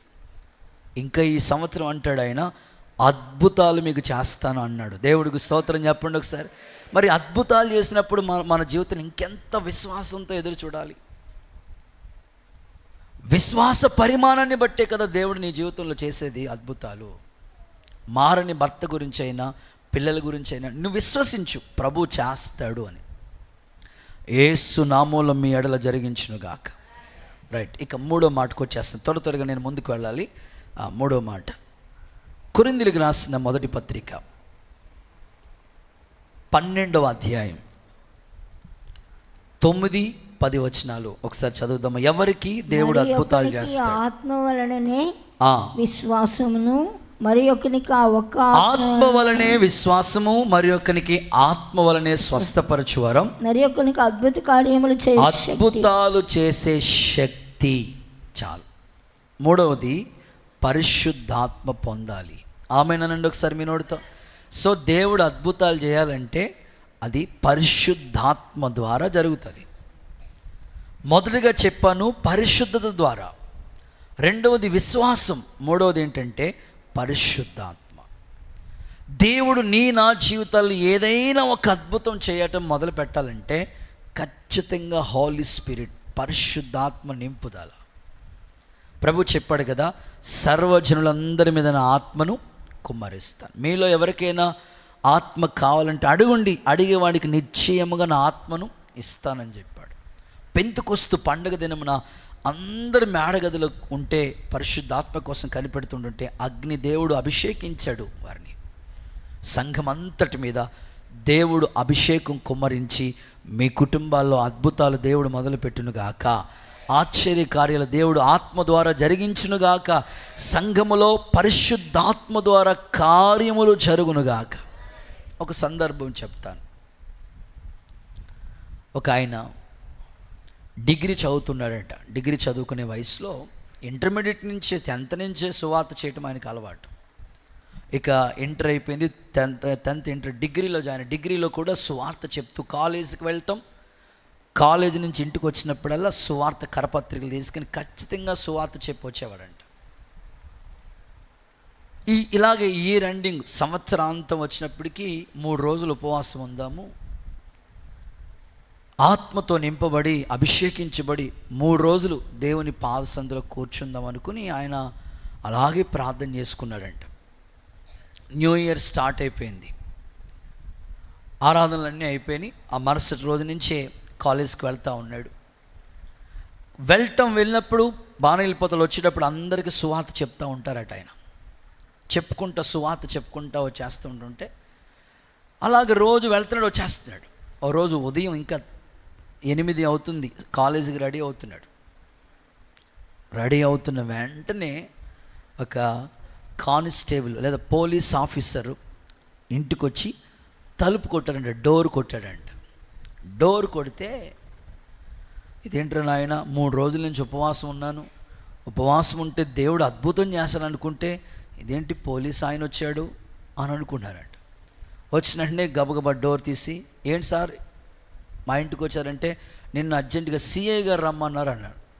ఈయన మనసులో అనుకున్నాడంట, నువ్వు సరిపోవా బాబు, మళ్ళీ నన్ను సిఐ దగ్గర తీసుకెళ్తున్నావా అంటే, వీధి ఇది సువార్త చెప్తున్నారని అక్కడికి రమ్మన్నాడని మనసులో ఇంకా అనుకున్నాడంట. తన మనసులో ఇంకేముంది ప్రభా, తండ్రి నా ఆత్మను, ఇంకంతే కదా, అయిపోయింది, పోలీసు వాళ్ళ చేతిలోకి వెళ్తే ఇంకేముంది, అయిపోయింది అనుకుని చాలా కలవరపడుతూ సిఏ గారు ఇంటికి తీసుకెళ్లారంట. సైకిల్ వేసుకుని గబగబా వెళ్ళాడంట. వెళితే ఆయన అన్నారంట, జఫన్య అంటే నువ్వేనా అన్నారంట. అవునండి. అదే అందరికీ సువార్త చెప్తున్నావు అంటే నువ్వేనా? అవునండి. ఇంక ఈయనకు వణుకు స్టార్ట్ అయిందంటే, ఇంకా ఎక్కడ తీసుకెళ్ళి జైల్లో పడతారంట. ఇదిగో మా అమ్మాయికి 4 రోజుల నుంచి లేవట్లేదు, ప్రార్థన చేయనారంట. ఇంక ఎక్కడ లేని ఆనందం ఆయనకు వచ్చేసిందంట. వెంటనే, ప్రభా నువ్వు ఒక అద్భుతం చేయాలి, నీ గురించి విన్నానయ్యా, అక్కడెక్కడ సువార్త చెప్పి ప్రార్థన చేస్తున్నామంట, మేము ఎన్నో ప్రయత్నాలు చేస్తాం, మా అమ్మాయికి స్వస్థత రావట్లేదు, ప్రార్థన చేయంటే అయ్యగారు చాలా ప్రార్థన చేశారంట. టెస్టులన్నీ నార్మల్లే, ఎంతో ప్రయత్నం చేసి జ్వరం తగ్గట్లేదు, ప్రార్థన చేస్తే అద్భుతం దేవుడు చేశాడంట, స్వస్థత కలిగిందంట. దేవుడికి ఒకసారి చప్పట్లు కొడుతూ మహిమ చెల్లిస్తారా? వెంటనే ఎప్పుడైతే అద్భుతం జరిగిందో ఆయన బయటకు వచ్చి వెళ్ళిపోదాం అనుకుని, మళ్ళీ సీఏ గారు ఏదైనా అంటాడేమో, వెళ్ళిపోదాం అనుకున్నప్పటికీ నా కోసం కూడా ప్రార్థన చేయని మోకాళ్ళేసాడంట ఆయన. ఇంకా అవకాశం దొరికిందని ప్రార్థన చేస్తే దేవుడు వాళ్ళ హృదయాన్ని, వాళ్ళ కుటుంబాన్ని అంతటినీ పట్టుకున్నాడంట. పట్టుకున్న తర్వాత ఈయన వచ్చి సైకిల్ తీసుకుని వెళ్తాడు. నువ్వు సైకిల్ మీద వెళ్ళకూడదు, నా జీప్లో నా సీట్లో కూర్చుని నువ్వు వెళ్ళాలి. దేవుడికి స్తోత్రం చెప్పండి ఒకసారి. డ్రైవర్ పక్కన కూర్చున్నాడు, కానిస్టేబుల్కి ఏమో ఈయన వేసుకొచ్చిన సైకిల్ ఇచ్చేసాడు. సైకిల్ ఆయన వేసుకెళ్తాడు, నువ్వు నా సీట్లో కూర్చోవాలి. సిఏ గారు కూర్చున్న సీట్లో కూర్చుని కాలేజ్ దగ్గరికి తీసుకెళ్తుంటుంటే ఆ కాలేజీ స్టూడెంట్స్ అందరూ అనుకుంటారంటారు, ఏంట్రా మనోడు రేంజ్ మారిపోయింది, ఎప్పుడు సైకిల్ మీద వచ్చాడు, సిఏ గారు కూర్చునే సీట్లో కూర్చుని జీప్ మీద వచ్చాడు, ఏంటి బాబు వీడితో జాగ్రత్తగా ఉండాలండి. అలాగా దేవుడు ఆయన పరిచయంలో అనేక అద్భుతాలు చేశాడంట. చప్పట్లు కొడుతూ ఒకసారి యేసయ్యకి మహిమ చెల్లిద్దామా? ఈ ఉదయకాలం ఒక దైవజనుడిగా నేను చెప్తున్నాను, అభిషేకించబడితే దేవుడు ఖచ్చితంగా అద్భుతాలు చేస్తాడు. మన ఎడల కార్యాలు దేవుడు జరిగించునుగాక. ఇక చివరి మాట, ఆఖరి మాట చెప్పి నేను ప్రార్థన చేస్తాను. హెబ్రీయులకు రాసిన పత్రిక 2వ అధ్యాయం 4వ వాక్యం.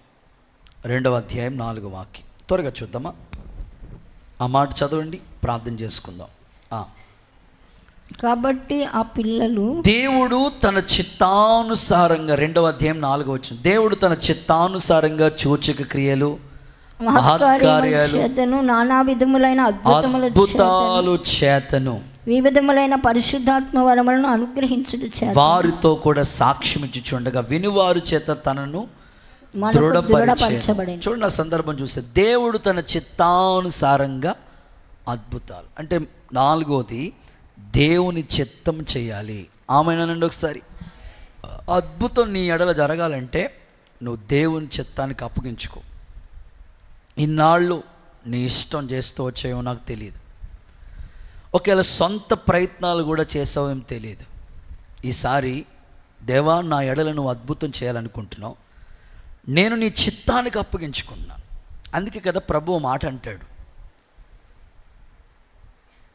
ప్రభువా ప్రభువా అనేవారు పరలోకం రారు, పరలోకమందున్న తండ్రి చిత్తం చేసేవారే అక్కడికి వస్తారని చెప్పి, నీ నామమును మేము అద్భుతాలు చేశామయ్యా, స్వస్థతలు మీరెవరో నాకు తెలియదు అన్నాడు ప్రభు. ఎందుకంటే ఆయన చిత్తం చేయకుండా ఏ అద్భుతం జరగదు. మనం ఏ అద్భుతమైన మన జీవితంలో జరగాలంటే ఆయన చిత్తానికి అప్పగించేసుకోవాలి. కొన్నిసార్లు ఎదురు చూస్తాం, వెంటనే జరుగుతుంది. కొన్నిసార్లు ఆలస్యం అవుతున్నప్పుడు ఇంకేమనుకుంటామంటే విసుగుపోయి ఏం వద్దులే, ఏమీ చేయొద్దులే అని అనుకుని అన్ని ప్రయత్నాలు మానేసుకుంటాం. అలా వద్దు, నువ్వు ప్రయత్నం చేయి, దేవుని చిత్తానికి అప్పగించి చేయి. దేవుడు ఖచ్చితంగా ఈ సంవత్సరం దేవుడు నీ జీవితంలో అద్భుతాలు మొదలుపెట్టునుగాక. ట్రైన్లో అనేకులు వెళ్తూ ఉంటారు కదా, ట్రైన్లో కొంతమందికి తెలియదు, పల్లెటూరు కొత్తగా ట్రైన్ ఎక్కే వాళ్ళకి తెలియదు, ఏ భోగి ఎక్కాలో తెలియక హడావుల్లో గబగబా పరిగెత్తుకుని ఎక్కేసి ఓ భోగిలోకి వెళ్ళిపోయాడు ఒక ఆయన, పల్లెటూరు ఆయన, పంచి కట్టుకుని ఎక్కేసాడు. చూస్తే ఆ భోగిలో అందరూ మిలిటరీ వాళ్ళే ఉన్నారు. స్తోత్రం చెప్పండి ఒకసారి. మేము కొన్నిసార్లు తిరుపతి ట్రైన్ ఎక్కుతూ ఉండేవాళ్ళు మదనపల్లి వెళ్ళినప్పుడు, ఆ భోగిలో అందరూ నున్నగా గుండు కొట్టించుకునే వాళ్ళు ఉంటారు. అలాగే ఈ భోగిలో మొత్తం ఆల్మోస్ట్ అందరూ ఆ భోగి అంతా కూడా అందరూ మిలిటరీ వాళ్ళే ఉన్నారు. ఈ పల్లెటూరు ఆయన్ని కొంచెం ఆట కట్టించాలని, బాబు నీకు పెళ్ళి అయిందా అన్నారు. అయ్యింది. అబ్బాయి పుడితే ఏం చేస్తావు, అమ్మాయి పుడితే ఏం చేస్తావు అన్నారు. అబ్బాయి పుడితే ఇంజనీర్ చేపిస్తాను, మీరు కూడా అలా ఉన్నారే. అమ్మాయి పుడితే డాక్టర్ చేపిస్తాను. వాళ్ళు అన్నారు అటు ఇటు కాకుండా పుడితే మిలిటరీలో తోసేస్తాను అన్నాడు. అంతే. స్తోత్రం చెప్పండి ఒకసారి, హల్లెలూయా చెప్పండి. ఆయనకున్న ఎంత తెలివో చూడండి. సో మన జీవితాల్లో కూడా కొన్నిసార్లు అనుకుంటాం, అది ఇది కాకుండా దేవుని చిత్తం అనకూడదు. ఏదైనా నీ చిత్తమే ప్రభు అనాలి. అయితే దేవుడి చిత్తం, లేకపోతే అనుకోకూడదు. ఏదైనా నీ చిత్తమే. నీ చిత్తము చేయుటకు ప్రభువా, నీ చిత్తము చేయుటకు నాకు సంతోషమని భక్తులు అన్నారు. యేసుక్రీస్తు ప్రభు అద్భుతాలు ఎందుకు జరిగినాయి అంటే ఆయన తండ్రి చిత్తాన్ని నెరవేర్చాడు కనుకనే ఆయన ద్వారా అనేక అద్భుతాలు జరిగినాయి. కాబట్టి నేను ముగిస్తున్నాను, నేను అద్భుతాలు చేసేదను. దేవుడు ఎవరి జీవితాల్లో అద్భుతాలు చేస్తాడో ఒక 4 విషయాలు మీతో పంచుకోవటం జరిగింది. మరి నిద్రావస్థలో ఉన్నారు కాబట్టి ఒకసారి రివిజన్ అనుకోండి, గుర్తు చేయండి ఒకసారి మీరు ఏం విన్నారో. ఎవరి జీవితంలో దేవుడు అద్భుతాలు చేస్తాడు చెప్పండి. నెంబర్ 1, అది పరిశుద్ధపరచబడితే మన జీవితంలో అద్భుతాలు ప్రభు చేయటం మొదలు పెడతారు. ఎక్కడ కొంచెం మచ్చ, డాగు, కలంకం ఉన్నా, పరిశుద్ధతకి భిన్నంగా మనం ప్రవర్తించిన దేవుని అద్భుతం ఆగిపోతుందనే విషయాన్ని మీరు గుర్తుపెట్టుకోవాలి. ఖచ్చితంగా మీ జీవితంలో అద్భుతం జరగటం కొరకు ఒక సూత్రం ఏమిటంటే పరిశుద్ధత.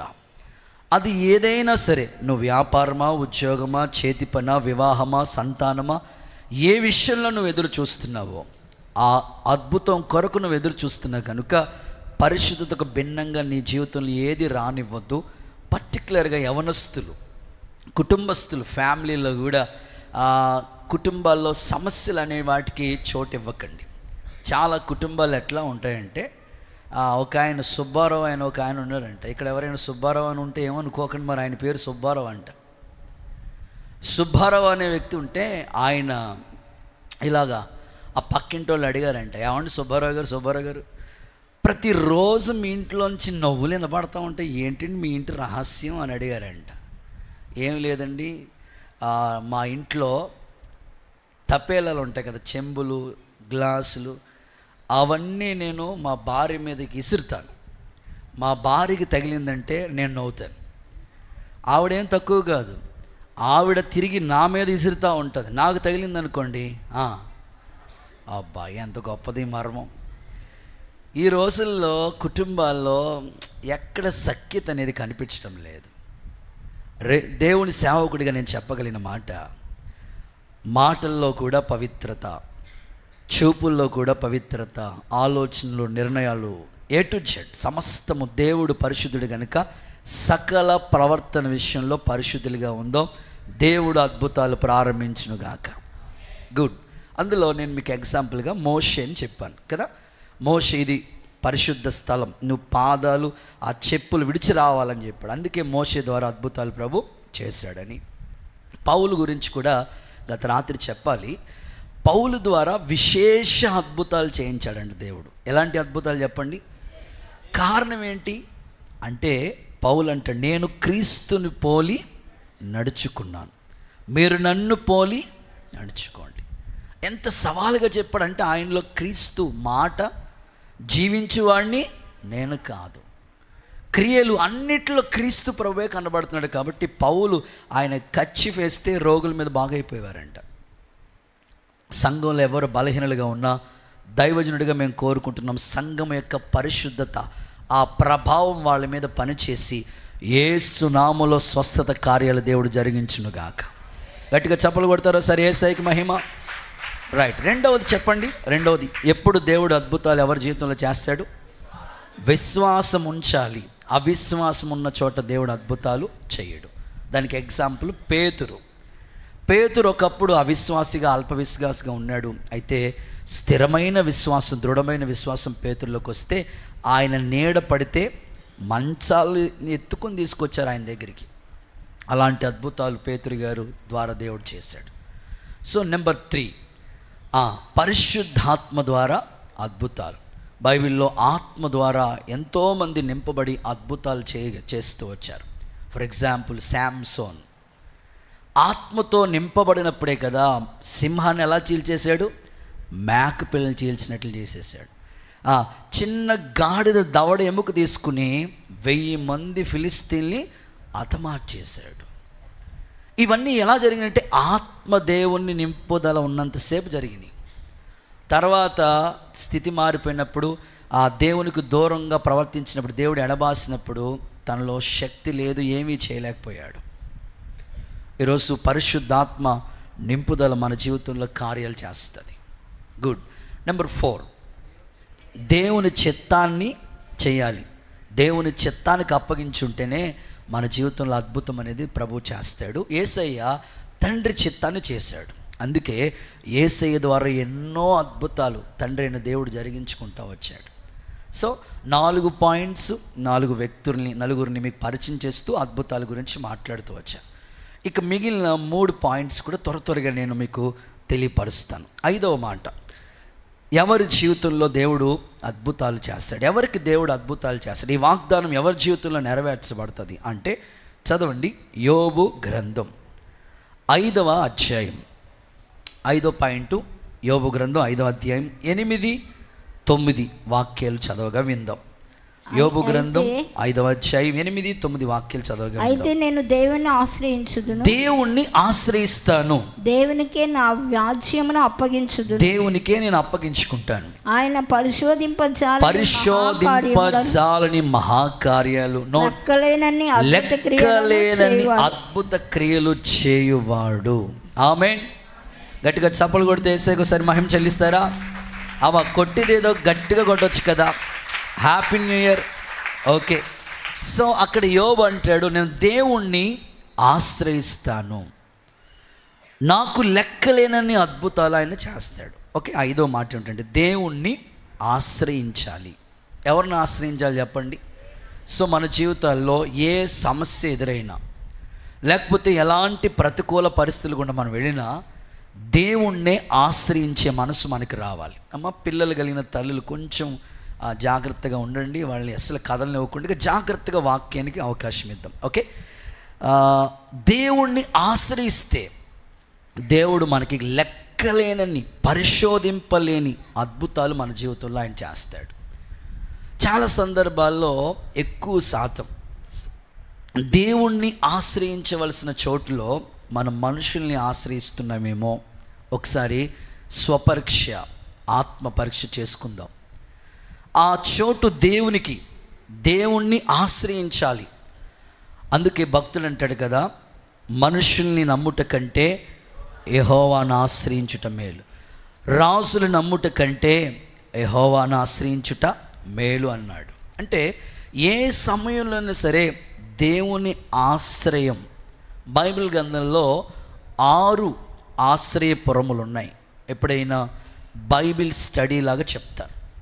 6 ఆశ్రయపురములు ఉన్నాయి. సో నిజమైన ఆశ్రయం ఎవరైనా ఉన్నారంటే ఆయన ఆరాధ్య దైవము మన ప్రభువైన యేసుక్రీస్తే. ఆయన్ని ఆశ్రయించిన వారికి ఏ మేలు కొదువై ఉండదని ప్రభు చెప్పాడు. నిజంగా దేవుణ్ణి ఆశ్రయిస్తే పరిశోధింపలేని అద్భుతాలు మన జీవితంలో జరుగుతాయి. ఈ సంవత్సరం దేవుడు నీ కుటుంబంలో అద్భుతాలు చేయాలని ఆయన ఆశిస్తూ కోరుకుంటూ ఉన్నాడు. అది అనారోగ్యమైన, ఆర్థిక ఇబ్బంది అయినా, బిజినెస్ అయినా, కుటుంబ పరిస్థితులైనా, ఏదైనా ఆయన నీ జీవితంలో ఆ అద్భుతం ప్రారంభించాలంటే నువ్వు ఆశ్రయించవలసింది దేవుణ్ణి. అన్ని పరిస్థితుల్లో కూడా దేవుణ్ణి నువ్వు ఆశ్రయించడం మొదలు పెట్టాలి. కొన్ని సందర్భాలు మీకు తెలియచేయడానికి ఇష్టపడుతున్నా. చాలామంది అబద్ధాన్ని ఆశ్రయించిన వాళ్ళు ఉన్నారు. బైబిల్లో కూడా అబద్ధాన్ని నమ్ముకున్నారు వాళ్ళు. చివరికి ఆ అబద్ధం వాళ్ళని నిజంగా నడువున ముంచేసినట్లుగా చేసింది. మనం అబద్ధాన్ని ఆశ్రయించకూడదు. ఒకసారి చెట్లన్నీ కలిసి మనకులాగే మీటింగ్ పెట్టుకున్నాయంట. ఒలీవ చెట్టు అడిగినాయి అంట, నువ్వు మా మీద రాజుగా ఉండొచ్చు కదా. కుదరదు, నేను నా తైలం ఇస్తాను. ద్రాక్ష చెట్టు కుదరదు, ఆ అంజూరపు చెట్టు కుదరదు. మరి ఇవన్నీ కలిసి ముళ్ళ చెట్టు దగ్గరికి వెళ్ళినాయంట. మీరు నా మీద రాజుగా ఉంటే బాగుంటుంది కదంటే వెంటనే ముళ్ళ చెట్టు అంటుందంట, రండి, నా నీడను, సబ్జెక్ట్లో ఉండాలి, నా నీడను ఆశ్రయించండి.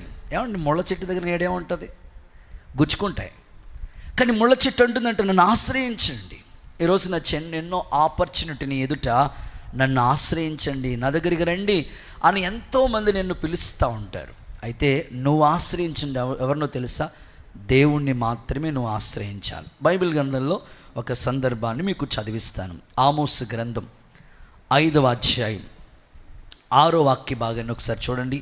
ఆమోసు గ్రంథం 5వ అధ్యాయం 6వ వాక్య భాగాన్ని చూద్దాం. ఒకసారి ఈ వాగ్దానాన్ని మీకు అన్వయించుకుంటా చూద్దాం. యెహోవాను ఆశ్రయించండి, అప్పుడు మీరు బ్రతుకుతారు. ఆశ్రయింపని ఎడల, ఓకే, బేతేల్ని కానీ ఇంకా అక్కడ గిల్గాల్ని కానీ చాలా ప్లేసెస్ ఇచ్చాడు. ఎవరిని కూడా మీరు ఆశ్రయించొద్దని చెప్పాడు అక్కడ.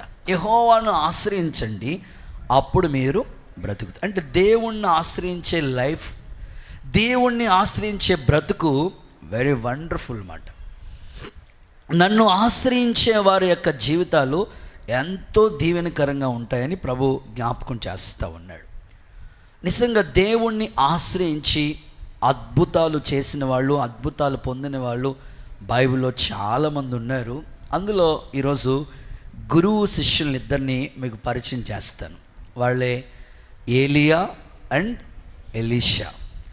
నిజంగా ఏలియా ఎంత రోషం కలిగి సేవ చేశాడో అంతకంటే శిష్యుడు అద్భుతంగా ఇంకా రోషం కలిగి సేవ చేశాడు. వీళ్ళిద్దరు గొప్ప సేవకులు అని చెప్పడంలో సందేహం లేదు. ఎందుకనంటే ఆహాబు రాజు దగ్గరికి వెళ్ళి ఏమంటాడు తెలుసా ఏలియా, నేను యవ్వన సన్నిధిలో ఉన్నానో యెహోవా జీవము తోడు వర్షం కురవదు అని ధైర్యంగా చెప్తున్నాడు. ఆయన ఉన్న చోటు ఎక్కడో తెలుసా, యెహోవా సన్నిధి. ఏలియాకు దేవుణ్ణి ఆశ్రయించే ఆ క్వాలిటీ ఉంది. అందుకే ఆయన ఎడల దేవుడు అద్భుతాలు చేయటం మొదలుపెట్టాడు. బైబిల్ గ్రంథాన్ని చదివితే ఏలియా 7 రకాల అద్భుతాలు చేశాడు. 7 రకాల అద్భుతాలు చేశాడు. నిజంగానే ఆయన సేవా పరిచర్యలో 7 రకాల అద్భుతాల ద్వారా దేవుడు తన కార్యాలు జరిగించుకుంటూ వచ్చాడు. వర్షం రమ్మంటే వచ్చింది, అగ్ని కురవమంటే కురిసింది. సారేపతు విధవరాలు, సో ఆ కరువులో చనిపోవలసిన కుటుంబం ఏలియా ద్వారా చేసిన అద్భుతం ఏంటో తెలుసా, ఆ మొదటి అప్పము, ఈ మొదటి రోజు దేవుని మందిరంలో మీరు తీర్మానం చేసుకోవాలి, మొదటి స్థానం ఆమె దేవునికి ఇవ్వటం బట్టి అస్సలు ఆ బుడ్డిలో నూనె అయిపోలేదు, తొట్టిలో పిండి అయిపోలేదు, ఫ్యాక్టరీ లాగా ఉత్పత్తి అవుతున్నాయి, వస్తానున్నాయి, ఫ్లోలో వస్తానే ఉన్నాయి. ఈరోజు వరకు కూడా ఆ చరిత్ర బైబిల్ గ్రంథంలో మనం చదువుతున్నామంటే ఎంత అద్భుతం ఏలియా పరిచర్యలో ప్రభు చేశాడు. ఒకసారి ఆలోచించండి. పిండి అయిపోలేదు, తొట్టిలో నూనె, ఆ బుడ్డిలో నూనె అవ్వలేదు. December 31 రాత్రి దేవుడు మనం ప్రార్థనలో ఉన్నప్పుడు ఒక మాట చెప్పినాడు, మీ అందరికీ సమృద్ధిని చూస్తారని. దేవునికి స్తోత్రం. సో మీరు ఎంతమంది విశ్వసించారో నాకు తెలియదు. సో దేవుడు చేసే అద్భుతాలు అంత అద్భుతంగా ఉంటాయి. ఏలియా పరిచర్యలో చేసిన అద్భుతాలు, కర్మేలు పర్వతం దగ్గర అగ్ని దిగి వచ్చి దేవుని యొక్క సన్నిధిలో యెహోవాయే దేవుడని ప్రజలు కేకలు వేసే అద్భుతం. ఈ చివరి దినాల్లో దేవుని యొక్క గొప్పతనం ప్రజలు చూసుదురుగాక. అద్భుతాలు సమాజంలో ఏలియా లాంటి సేవకుల ద్వారా దేవుడు జరిగించునుగాక. తప్పకుండా ప్రభు చేస్తాడు. చాలా ఉన్న ఏలియా ద్వారా చేసిన అద్భుతాలు. ఇక ఎలీషా దగ్గరికి వద్దాం. ఎలీషా గురువుని మించిన శిష్యుడండి. నేను అనుకుంటాను సేవ చేసేవాళ్ళు ఎప్పుడూ కూడా గురువు గారిని మించిన శిష్యులుగా మారాలనేది నా అభిప్రాయం. గురువుని మించిన శిష్యులుగా మారిపోవాలి మీరు.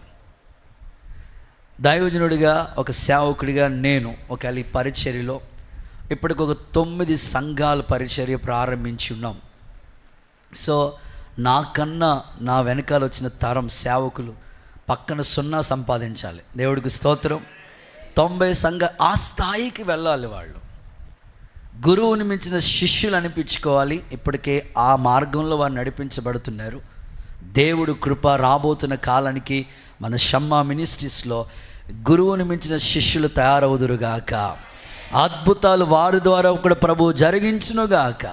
దేవుడు ఎలీషా ద్వారా 14 రకాల అద్భుతాలు చేశాడు.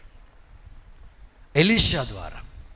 ఇప్పుడు వాళ్ళు అందరూ కట్టెలు నరుగుతున్నారు, ఒకడు గొడ్డలి జారిపోయి పడిపోయింది నీటిలో. ఇప్పుడు ఎట్లా? చెట్టు కొమ్మేస్తే బరువైన గొడ్డలు బయటకు తేలిపోయిందంటే ఎంత అద్భుతం అండి. చెప్పండి, కొమ్మ గట్టిదా, గొడ్డలు బరువుగా ఉంటుందా, కొమ్మ బరువుగా ఉంటుందా? చెట్టు కొమ్మ ఎంత ఉంటుంది? చిన్న. ఎంత అద్భుతం. మునిగిపోయిన బరువైపోయిన ఆ గొడ్డలు తేలిపోతూ ఉంది. శిష్యుల్ని వంట చేయమన్నారంటే ఎలీషా పాషి గారు, వాడికి తొందర ఎక్కువ. వంటల దగ్గర చూడండి, తొందర పెడతా ఉంటారు. వెయ్యి మసాలా 2 సార్లు వేసారంటే ఇంక అంతే సంగతులు. మసాలా 2 సార్లు అయితే ఇంకేముంది, ఇంకా అంతే. అలాగ వాడు కూర కలగటం వంట వాడు చేశాడు. ఒకటి చేస్తే అలా కూర్చున్నారు వడ్డిస్తుంటే అది విషం ఉంది అందులో. మళ్ళీ వచ్చేస్తే దైవజనుడా ఈ కూరలో విషయం ఉంది. వెంటనే ఒక పిండి ముద్ద తీసుకెళ్ళి అందులో కలిపితే అది ఆహారంగా మారిపోయింది. ఎలీషా పాస్టర్ గారు మనం చెప్పారు కదా, అయ్యగారు జ్యోతిబాబాయ్ గారు చెప్పినట్టు, ఆయన అడుగు పెడితే నీళ్లు వాటర్ సెట్ అయిపోయేమాట. ఎంత మంచి బాలైన వాటర్ అయినా సరే ఆయన అడుగు పెడితే మంచినీళ్ళు అయిపోయేమాట. ఎంత అద్భుతాలు. సో ఇంకొంచెం మనం బైబిల్ చదివితే ఎలీషా సేవా పరిచయంలో చేసిన ఒక అద్భుతం చెప్తాను మీకు. ఎలీషా చనిపోయాడు, సంవత్సరం అయిపోయింది, ఆయన ఒక చోట పాతి పెట్టేశారు. వేరే వాళ్ళు ఎవరో ఒక ఆయన తీసుకొచ్చి ఆయన చనిపోతే కరెక్ట్గా ఎలీషా చనిపోయిన ప్లేస్లోనే ఆ బాడీని తీసుకొచ్చి అలాగ పాతి పెడతా ఉన్నారు. ఎలీషా చనిపోయి సంవత్సరం అవుతుంది, జస్ట్ అలాగా టచ్ అలా తాకిందంట ఎముకలంతే, సచినుడు లేచి కూర్చున్నాడంట. ఒక్కసారి ఆలోచించండి, మీరు ఎవరైనా ఓ పెద్ద ఆయన ఎవరో వృద్ధాప్యంలోనే చనిపోయిన ఆయన తీసుకెళ్ళి సమాధి దగ్గర తీసుకెళ్ళారు, గొయ్యి తీశారు, అక్కడ ఆల్రెడీ పాత ఎముకలే ఉన్నాయి. జస్ట్ అలాగ తండ్రి కుమార పరిశుద్ధ మట్టికి అప్పగిస్తాం, అలాగ పాస్టర్ గారు అక్కడే ఉన్నారు, విశ్వాసాలు అక్కడ అలాగ దించి మట్టేద్దాం అన్నప్పటికీ ఆయన లేచి కూర్చున్నారు అనుకోండి, అక్కడ ఉంటారా మీరు? అసలు ఎలీషా పరిచర్లో జరిగిన అద్భుతం అది, అంత గొప్పది. మీరు కావాలంటే ఒక్కసారి ఎలీషా గురించి వీళ్ళిద్దరి గురించి మనం నేర్చుకోవాలి. కాబట్టి వాళ్ళు నిజంగా గొప్ప ప్రవక్తలు, వాళ్ళ ఎడల దేవుడు, వారు దేవుణ్ణి ఆశ్రయించారు కనుకనే వాళ్ళ ద్వారా అద్భుతాలు చేయించారు. ఇప్పుడు ఇందులో ఏలియా అద్భుతాలు అని పెట్టుకుని జస్ట్ ఒక్క రిఫరెన్స్ మాత్రమే ఇస్తాను. తర్వాత ఎలీషా అద్భుతాలని ఒక రిఫరెన్స్ ఇచ్చేసి త్వరగా నేను మీకు ముందుకు కొనసాగిస్తాను. ఓకేనా? రాజుల మొదటి పుస్తకం మనకి బాగా పరిచయమైన సందర్భం కదా ఇది. రాజుల మొదటి పుస్తకంలో 18వ అధ్యాయంకి వెళితే అక్కడ దేవుడు చేసిన అద్భుతాల గురించి, ఏలియా పరిచర్లో దేవుడు చేసిన ఆ అద్భుతాల గురించి మనం ఒకసారి 17వ అధ్యాయం 15వ వచనాన్ని మనం చూద్దాం ఒకసారి. 17:15 ఇశ్రాయేలు దేవుడనే యెహోవా సెలవిచ్చుచున్నాడు, అంతటా ఆమె వెళ్ళి ఏలియా చెప్పిన మాట చొప్పున చేయగా అతడును ఆమెయు ఆమె ఇంటి వారును అనేక దినముల భోజనం అనేక రోజులు భోజనం చేయొచ్చు వచ్చారు. నెక్స్ట్ ఏలియా ద్వారా సెలవిచ్చిన మాట చేసుకోవాలి. ఏలియా దైవజనుడిని గుర్తుపెట్టుకోండి. సెలవిచ్చిన ప్రకారం తొట్టెలో పిండి తక్కువ కాలేదు, బుడ్డెలో నూనె అయిపోలేదు. ఎంత అద్భుతమైన కార్యాలు, ఇంకా చాలా ఉన్నాయి. ఒక శాంపిల్ పొగడిలాగా ఒక మాట చెప్పాను అంతే. అలాంటి సమృద్ధి మీకు ఈ సంవత్సరం దేవుడు దయచేయను గాక. అండ్ ఎలీషా పరిచర్య రాజుల 2వ పుస్తకం 13వ అధ్యాయం 20-21 వచనాలు చదువుతారు. ఎలీషా మృతి పొందగా వారు అతనిని సమాధిలో ఉంచిరి. ఒక సంవత్సరం గడిచిన తర్వాత మోయాబీల సైన్యం దేశం మీదకి వచ్చినప్పుడు కొందరు ఒక శవమును పాతి పెట్టుచు సైన్యమునకు భయపడి ఆ శవం ఎలీషా యొక్క సమాధిలో ఉంచగా దింపిన ఆ శవం ఎలీషా శల్యములకు శల్యములంటే ఎముకలు తగిలిని అంతే, అది తిరిగి బ్రతికి కాలుని లిపి ప్రైజ్ లార్డ్ పాస్టర్ గారు అన్నారంట. దేవునికి ఒకసారి స్తోత్రం చెప్పండి. సో ఇలాంటి అద్భుతాలు ఎలీషా పరిచయంలో ప్రభు జరిగించాడు. సో సంఘము తరపున సమాజంలో ఎంతోమంది మృతతుల్యమైపోయారు. జీవించుచున్న పేరు ఉంది కానీ మృతతుల్యంగా ఉన్నారు. ఈ చివరి దినాల్లో ఎలీషా దేవుడే, ఏలియా దేవుడే మన దేవుడు. రోషం కలిగిన శక్తి కలిగిన దేవుడు, సర్వశక్తుడు ఆయన. అద్భుతాలు పరిచర్లో జరిగించునుగాక. గట్టిగా చప్పట్లు కొడుతూ సరి ఏసైకోసారి మహిమ చెల్లిద్దామా? తప్పకుండా దేవుడు పరిచర్లో అద్భుతాలు జరిగిస్తాడు. కోరుకుందాం, ఏదైనా సరే అది అద్భుతంగానే జరగాలన్నదే నా ప్రార్థన. సేవకునిగా నేను కోరుకుంటుంది అదే, దేవుడు ఖచ్చితంగా అద్భుతాలు చేస్తాడు. ఒక సందర్భం చెప్తాను. యేసుక్రీస్తు ప్రభుకి 12 మంది శిష్యులు ఉన్నారు. ఆయన ఆర్టిస్ట్ 12 మంది శిష్యుల యొక్క ఫోటో వేయమని ఆయన చెప్తే ఆ ఆర్టిస్టు 12 మంది శిష్యులు అండ్ యేసు ప్రభు మొత్తం ఆ యొక్క ఇమేజ్ లాస్ట్, అదిగో మీరు చూస్తున్నట్లుగా లాస్ట్ పస్కా అన్నమాట, ఆఖరి రోజు పస్కాని భుజించినప్పుడు ఈ యొక్క యేసు ప్రభు అట్లా కూర్చున్నారు. ఈ 12 మంది శిష్యులు కూడా అలాగే ఉన్నట్లుగా ఒక ఇమేజ్, ఒక పిక్చర్ రెడీ చేస్తూ ఉన్నాను. ఓకే, ఈ రెడీ చేస్తున్నప్పుడు ఆ పెయింటర్ అనుకున్నాడు, ఎవరిని యేసుప్రభు లాగా చిత్రీకరిద్దాం అని మొత్తం అంతా వెతుకుతూ ఉన్నప్పుడు ఒక ఆయన పరిచయం అయ్యారు. సరే, ఈయనైతే యేసుప్రభు లాంటి ఆ దీనత్వం ఉంది, యేసుప్రభు లాంటి ప్రేమ గుణం ఉంది, యేసుప్రభు లాంటి క్షమాగుణం ఉంది, యేసుప్రభు లాంటి మంచి మనసు ఉంది, కాబట్టి ఖచ్చితంగా ఈయన యేసుప్రభుగా చిత్రీకరిద్దామని ఆ ఆర్టిస్టు యేసుప్రభుగా ఆ వ్యక్తిని చిత్రీకరించాడు. యేసుప్రభు శిష్యులు ఎవరు చెప్పండి? పేతురు, యాకోబు, ఆంద్రేయ, తోమా, తెలుసు కదా భక్తులు అందరూ. వీళ్ళందరి పేర్లు, చిన్న యాకోబు, వీళ్ళందరి పేర్లు తీసుకుని ఒక్కొక్కరు ప్రభు ప్రక్కన కూర్చుని ఆ పస్కా విందులో పాల్గొన్నట్లుగా అందరు ఫోటోలు సెట్ చేస్తూ ఉన్నారు. ఆల్మోస్ట్ పేతురు సెట్ అయిపోయాడు, ఆంద్రేయ సెట్ అయిపోయాడు, తోమా సెట్ అయిపోయాడు. ఆ తర్వాత ఈ చిన్న యాకోబు సెట్, అందరినీ ఫోటోలు కరెక్ట్గా రూపానికి తగినట్లుగానే చిత్రీకరించాడు. ఇక ఇస్కరియోతు యూదా ఒక్కడ ఫోటోవే సెట్ అవ్వట్లేదు. ఎందుకంటే తన క్వాలిటీకి తగినట్లుగా ఉండాలి కదా ఇమేజ్. ఇస్కరియోతు యూదా అంటేనే మీకు తెలుసు, అన్యాయం చేశాడు, ద్రోహం చేశాడు, మోసం చేశాడు కదా. అలాంటి వ్యక్తిని ఎవరిని సెట్ చేద్దామని ఎంతో వెతుకుతున్నాడంట. ప్రాజెక్ట్ అంతా అయిపోయింది, 11 మంది శిష్యులు తయారైపోయారు, యేసయ్య కూడా సిద్ధమైపోయారు. ఇక ఒక్క ఆయన వస్తే ఆయన అనుకున్నట్లుగా ఆ ఇమేజ్ అంతా సెట్ అయిపోతుంది. కానీ ఆ ఒక్క ఆయన కోసం చాలా వెతుకుతూ ఉన్నాడు. చూడండి, కొన్నిసార్లు సూది, మనం మిషన్ కుట్టుకునే ఆ బటన్స్ కుట్టుకునే ఆ బ్లౌజెస్ కుట్టుకునే సూది ఎక్కడుందో తెలియదు, మొత్తం వెతికేస్తూ ఉంటాం, దొరకదు. చివరికి షమ్మా క్యాలెండర్కి కూర్చుంటుంది అక్కడ. స్తోత్రం చెప్పండి. అప్పుడు తీసుకుంటాను కదా. ఇప్పుడు 12 మంది అందరూ సెట్ అయిపోయారు, కానీ ఆయన ఒక్కడే సెట్ అవ్వట్లేదు. అందరూ సెట్ అయిపోయారు, ఆయన ఒక్కడే దొరకట్లేదు.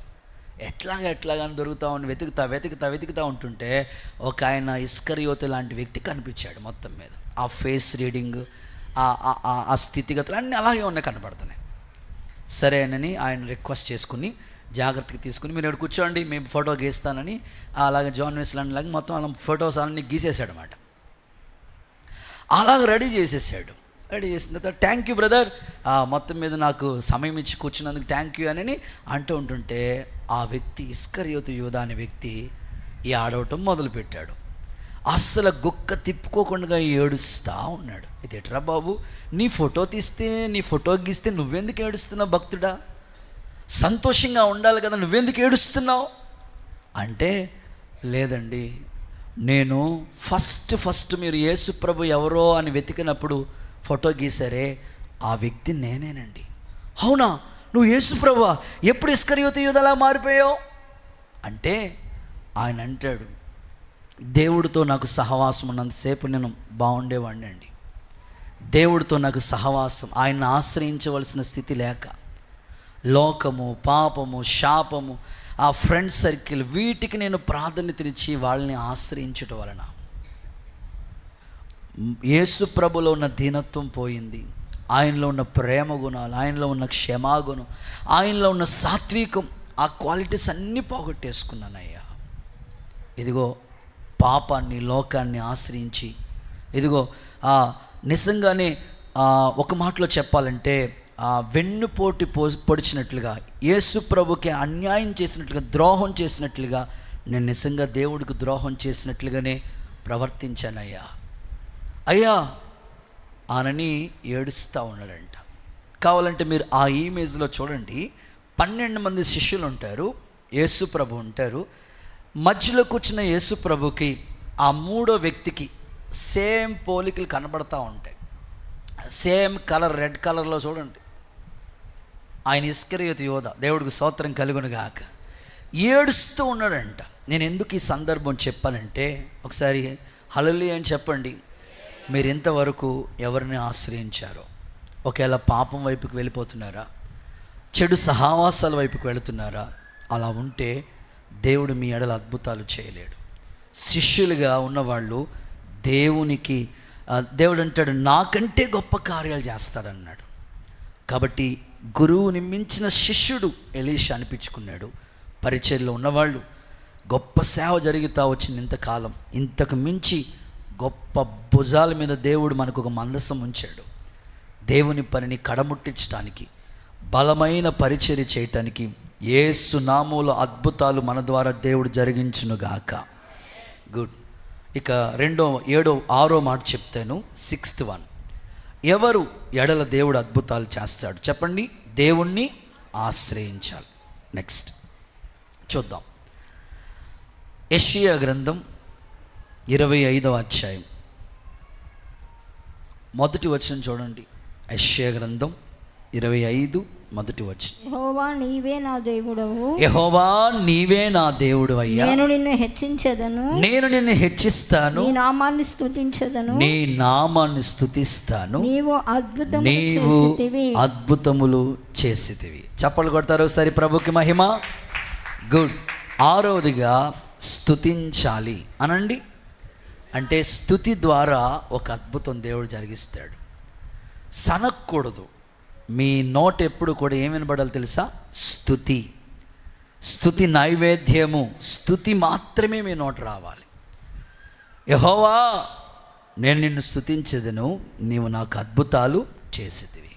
అంటే స్తుతించే వాళ్ళ జీవితంలో అద్భుతాలు జరుగుతాయి. ఫర్ ఎగ్జాంపుల్ పౌలు, శీల, వాళ్ళు అర్ధరాత్రి వేళ పాటలతో దేవుణ్ణి స్తుతించడం మొదలుపెట్టారు గనుకునే చెరసాల పునాదులు కదిలిపోయి భూకంపం వచ్చి ఖైదీలు విడుదల పొంది ఆ సరసాల నాయకుడు రక్షణ పొంది. ఇంత అద్భుతం ఎందుకు జరిగిందంటే స్తుతి ద్వారానే అద్భుతం.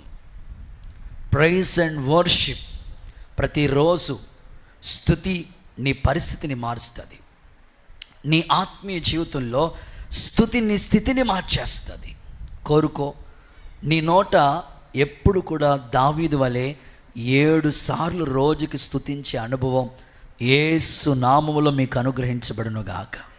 స్తుతి ద్వారానే అద్భుతాలు. గొల్యాతుని పడగొట్టేశాడు. స్తుతి ద్వారా అద్భుతాలు నిజంగా జరుగుతాయి. ఇప్పుడు ఎరుకో గోడలు ఎందుకు కూలిపోయినాయి చెప్పండి? స్తుతించడం వల్లే కదా. ఎరుకో చుట్టూ వాళ్ళు ఆ బూరలు ఊది కేకలు వేసినప్పుడు ఎరుకో గోడలు కూలిపోయినాయి. ప్రియులారా, ఈరోజు నీ జీవితంలో అడ్డుగా వచ్చిన ఎరుకో లాంటి శ్రమలు కూలిపోవాలంటే నీ నోటి ఎప్పుడు స్తుతి వినబడతానే ఉండాలి. స్తుతి పాడుటకే నన్ను బ్రతికించావు కదయ్యా అని నీ నోట స్తుతి కీర్తనలు, స్తుతి నీతిమంతుల గుడారాల్లో రక్షణకు వచ్చిన సునాదములు వినబడతాయి అన్నట్లుగా ప్రతి ఉదయం ప్రతి సాయంకాలం మన కుటుంబాల్లో స్తుతి ప్రార్థనలు జరుగునుగాక. స్తుతికే ప్రజలు ప్రాధాన్యత ఇచ్చుదురుగాక. చూడండి, బైబిల్ గ్రంథంలో పౌలు గురించి ఆ మాట చదివిస్తాను. అపోస్తల కార్యాల గ్రంథం 16వ అధ్యాయం 25వ వాక్యం నుంచి ఒకసారి చదువుదాం. అపోస్తల కార్యాల గ్రంథం. మధ్యరాత్రి వేళ పౌలు శీలలు, అయితే మధ్యరాత్రి వేళ 16:25 మధ్యరాత్రి వేళ పౌలు శీలలు దేవుణ్ణి ప్రార్థిస్తూ కీర్తనలు పాడటమే స్తుతి ఆరాధన. కీర్తనలు పాడుచు ఉండేరి. ఖైదీలు వింటూ ఉన్నారు. అప్పుడు అకస్మాత్తుగా మహాభూకంపం కలిగేను. ఖైదీలు వినుచున్నారు. సరసాల నాయకుడు రక్షణ భాగ్యాన్ని పొందుకు. ఈ అద్భుతం ఎందుకు జరిగిందంటే స్తుతి ద్వారానే. స్తుతి ద్వారానే అద్భుతాలు అనేవి జరుగుతాయి. ఇంకొక మాట చెప్పనా మీకు? ఆత్మీయంగా పౌలు ద్వారా విశేష అద్భుతాలు జరిగించారని మనం చదువుతాం కదా, ఆ మాట కూడా చదివిస్తాను. అపోస్తల కార్యాల గ్రంథం 19వ అధ్యాయం 11వ వాక్యం చూద్దాం. 19-11. పౌలు చేత విశేషమైన అద్భుతాలు చేయించి. ఎలాగా? అతని శరీరమునకు తగిలిన చేతి గుడ్డలైనను నడికట్లైనను రోగుల యొద్దకు తెచ్చినప్పుడు ఇలాంటి కచ్చి తీసుకెళ్ళి రోగంతో ఉన్న వాళ్ళ మీద వేస్తే బాగైపోయేవారంట. ఎంత అద్భుతం అండి! ప్రభు ఈ చివరి దినాల్లో మన మినిస్ట్రీ పట్ల ఇలాంటి అద్భుతాలు దేవుడు జరిగించునుగాక. పరిచర్యలో అద్భుతాలు జరుగునుగాక. రోగులు స్వస్థత పొందుదురుగాక. యేసు నామములో కార్యములు జరుగునుగాక. మిలితే దీపం అనే స్థలంలో అడుగుపెట్టాడు పౌలు. అక్కడొక అద్భుతం. తర్వాత బలహీనపరచబడిన పాదాలు కలిగిన వ్యక్తి జీవితంలో ఒక అద్భుతం. ఎన్ని అద్భుతాలు పౌలు ద్వారా చేశాడంటే అన్ని అద్భుతాలు. నీ కుటుంబంలో పరిస్థితులు ఎలా ఉన్నా సరే స్తుతి మాత్రం నువ్వు ఆపొద్దు. యోబు అన్నీ బాగున్నప్పుడు స్తుతించాడు, పరిస్థితులు బాగున్నప్పుడు కూడా స్తుతించాడు. మనం ఏం చేస్తామంటే అన్నీ బాగున్నాయి అనుకోండి, పాడేద స్తుతిగానము ఉత్సాహగానము యెహోవా షమ్మా. ఓహో గుడ్. పరిస్థితులన్నీ బాగుంటాయి. ఒకవేళ ఏమైనా పరిస్థితులు తేడా కొట్టి అనుకోండి, ఎందుకిలా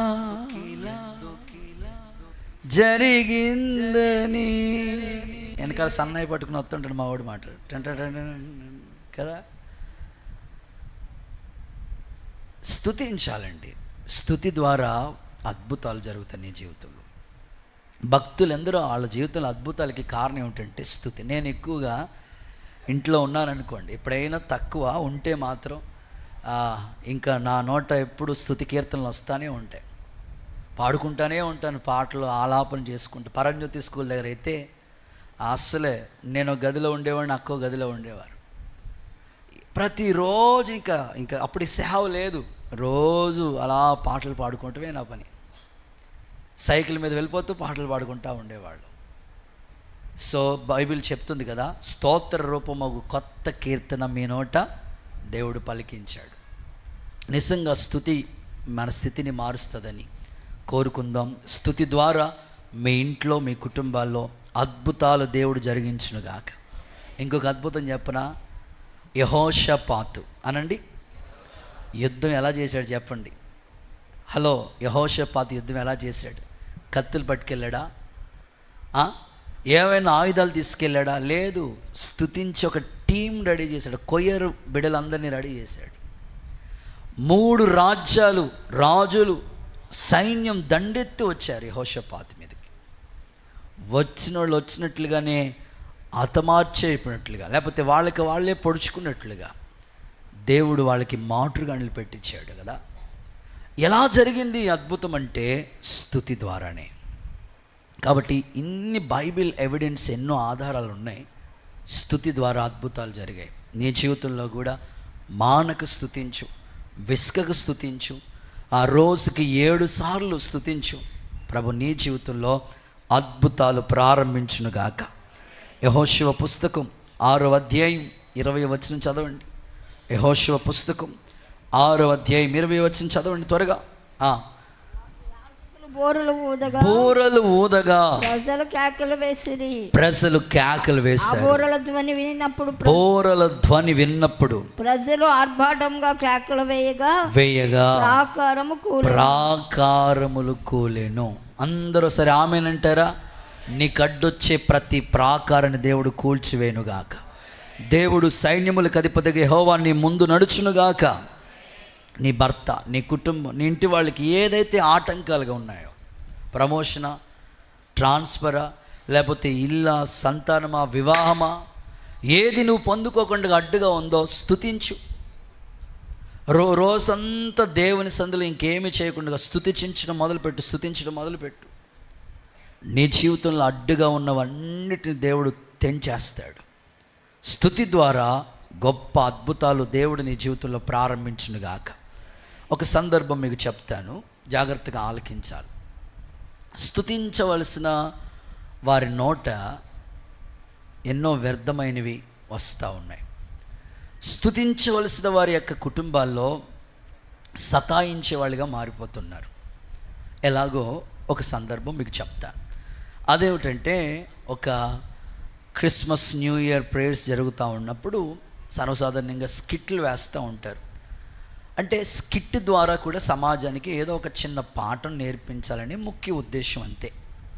సో మెయిన్ పర్పస్ అది.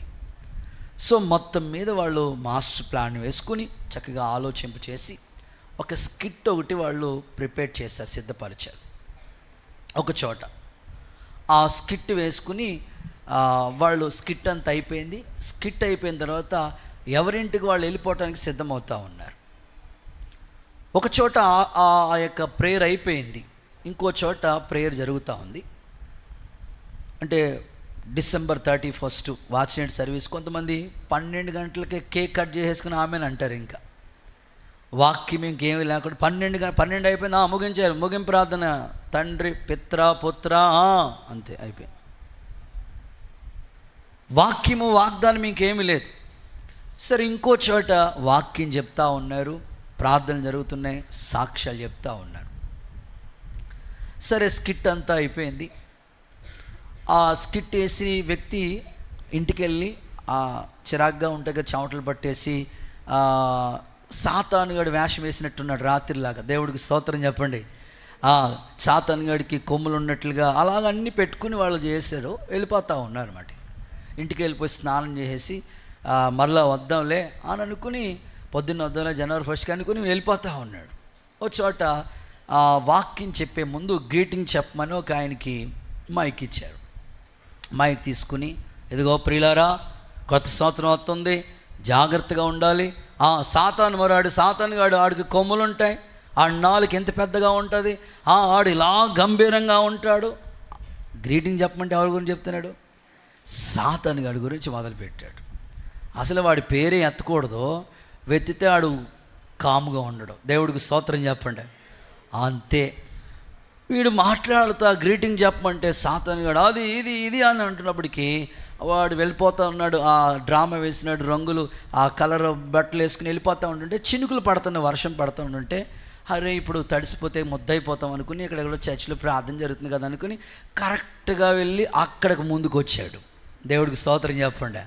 ఈయన గ్రీటింగ్ చెప్తున్నవాడు అట్టే సాతాను అన్నప్పుడు ప్రత్యక్షమైపోయాడు. ఇంకా ఆ పక్కన డోర్ ఉంటే అలాగే వెళ్ళిపోయాడు. ఇంకా సంఘసులు ఒకరికొకరు సర్దుకుని జాగ్రత్తగా, అయ్యో ఏమైపోయిందో యాక్తులు చూస్తే సాతానుగాడు ఇంకేముంది అందరూ వెళ్ళిపోయారు. ఒక ఆవిడ గాఢ నిద్రలో ఉంది. దేవుడికి స్తోత్రం చెప్పండి. వాళ్ళకు ఉన్న కృపావారం ఏమిటంటే పొద్దున్న నిద్రపోతారు. చెప్పండి రా బాబా, రాత్రి నిద్రపోతుంటారు. గుళ్ళోకి వచ్చినప్పుడు వెంటనే వచ్చేత నిద్ర. అట్టే భారమైన నిద్రావస్థలో జనరేటర్ సౌండ్ వచ్చేస్తుందన్నమాట. అలా గుర్రబట్టి నిద్రపోతూ ఉంది ఆమె. ఈ లోపల సడన్గా సాతానుగాడు, ఈయన అందరూ వెళ్ళిపోయారు అనుకుంటే ఈవిడ ఒక్కలేముంది. ఈ సౌండ్లు ఏమీ లేదు. ఆవిడకి మొత్తం మీద ఉలికిపడి అలాగ లేచిందన్నమాట. చూస్తే ఎవరు లేరు. అరే ఎవరు లేరు, ఏమైపోయిందని ఒక సంఘం ఉంటే ఎవరైనా బాగుంటుంది, ఎవరు లేరు ఏమనుకుంటుంటే సాతానుగాడు వచ్చి కూర్చున్నాడు అన్నమాట. వెంటనే ఆ తల్లి అంటది, నేను నీ పార్టీనే అన్నది. ఎవరి పార్టీ? నేను నీ పార్టీయే. సాతానుగాడు ఏమన్నా తక్కువడా? సాతానుగాడు అన్నాడంట, నువ్వు నా పార్టీ అని ఎలా చెప్పగలవు? ఆడు ఎంత తెలివైనోడు చూడండి. నువ్వు నా పార్టీ, ఇదిగో నేను నీ పార్టీ అని చెప్పను. ఎలాగో తెలుసా? నువ్వు అబద్ధాలు ఆడిస్తావు, నేను అబద్ధాలు ఆడతాను. నువ్వు మోసాలు చేపిస్తావు, నేను మోసాలు చెబుతాను. నువ్వు అన్నీ చేపిస్తావు, నేను అలా చేశాను. ఇదిగో మా ఆయనకి తెలియకుండా 5 లక్షల సీటీ పాడేశాను.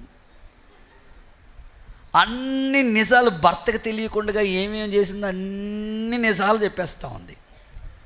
ఈ లోపల సాతానుగాడు ముసుగు తీసాడంట. చూస్తే వాళ్ళ అయినే వాళ్ళ భర్తే. మామూలుగా లేదు, కుక్క కొట్టిన కర్ర ఉంటుంది కదా, మొత్తం 3 కర్రలు ఇరిగిపోయినాడు తమ్ముడా. నేను ఎందుకు చెప్తున్నానంటే ఈ సందర్భాలు, చాలా సందర్భాల్లో స్తుతించవలసిన వాళ్ళు సాతానుగాడికి చోటిస్తూ ఉన్నారు. ప్రియులారా, స్తుతున్న చోట సాతానుగాడు ఉన్నడు పారిపోతాడు. దేవునికి చప్పట్లు కొడుతూ సరే యేసయ్యకి మహిమ చెల్లిద్దాం. స్తుతి ద్వారా గొప్ప కార్యాలు జరుగునుగాక. గుడ్. చివరి మాట, 7వ మాట చదువుకుని మనం ప్రేయర్ చేసుకుందాం. యెహోషువ పుస్తకం 10వ అధ్యాయం.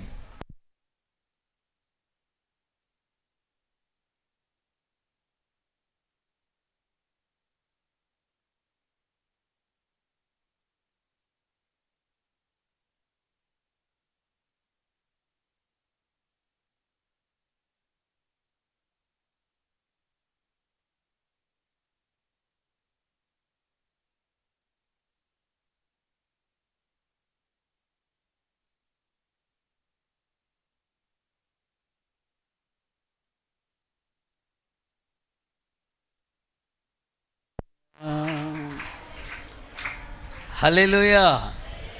మిమ్మల్ని పంపించాల్సింది ఎరుకో గోడలు కోల్చడానికి.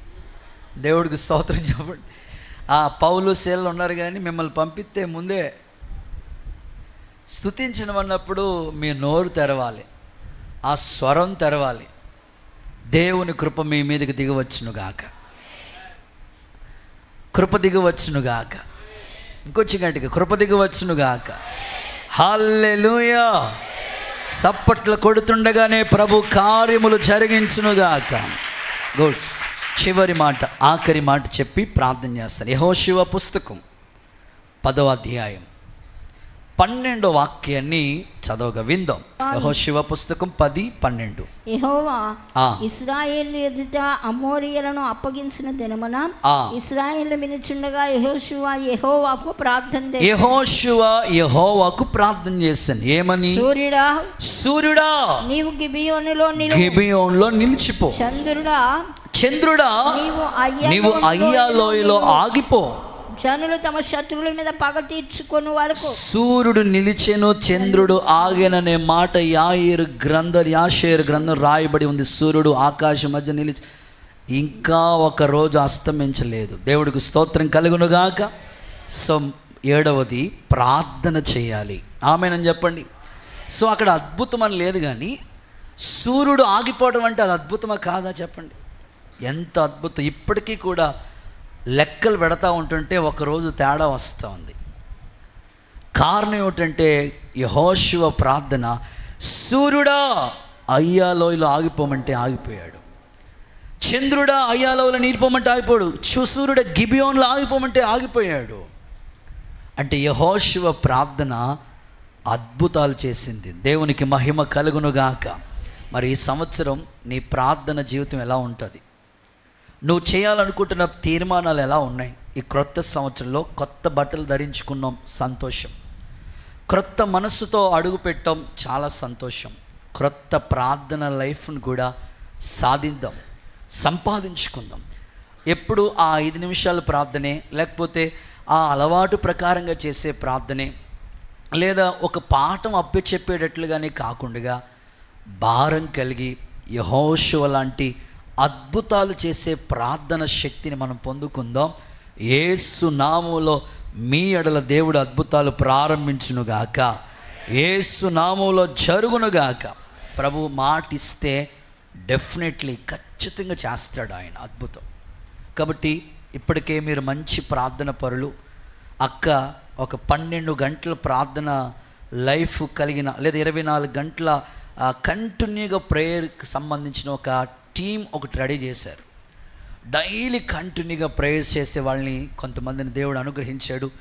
ఇంకా అనేకమైన ప్రేయర్ గుంపులు కలిగి దేవుని మహాకృపను బట్టి ఫిబ్రవరిలో జరిగే సభల్లో ఆ ప్రార్థన ద్వారా మనం అద్భుతాలు చూద్దాం. దేవుడు అట్టి కృప మనందరికీ దయచేయునుగాక. నిజంగా దేవుడు ప్రార్థన ద్వారా అద్భుతాలు చేస్తాడండి, సందేహమే లేదు. మేము అసలు ఈ స్థలాల విషయంలో ప్రార్థనే చేస్తూ ఉండేవాళ్ళం. నేను కూడా మీకు తరచుగా చెప్తా ఉంటాను కదా, మీరు వెళ్ళేటప్పుడు ఈ ఖాళీ గ్రౌండ్ అంతా షమ్మా మినిస్ట్రీకి ఇచ్చినందుకు స్తోత్రం ప్రభా, స్తోత్రం నాయన, యేసునామములో అడుగుతున్న తండ్రిని ఒక చిన్న ప్రార్థన చేసి వెళ్ళిపోండి.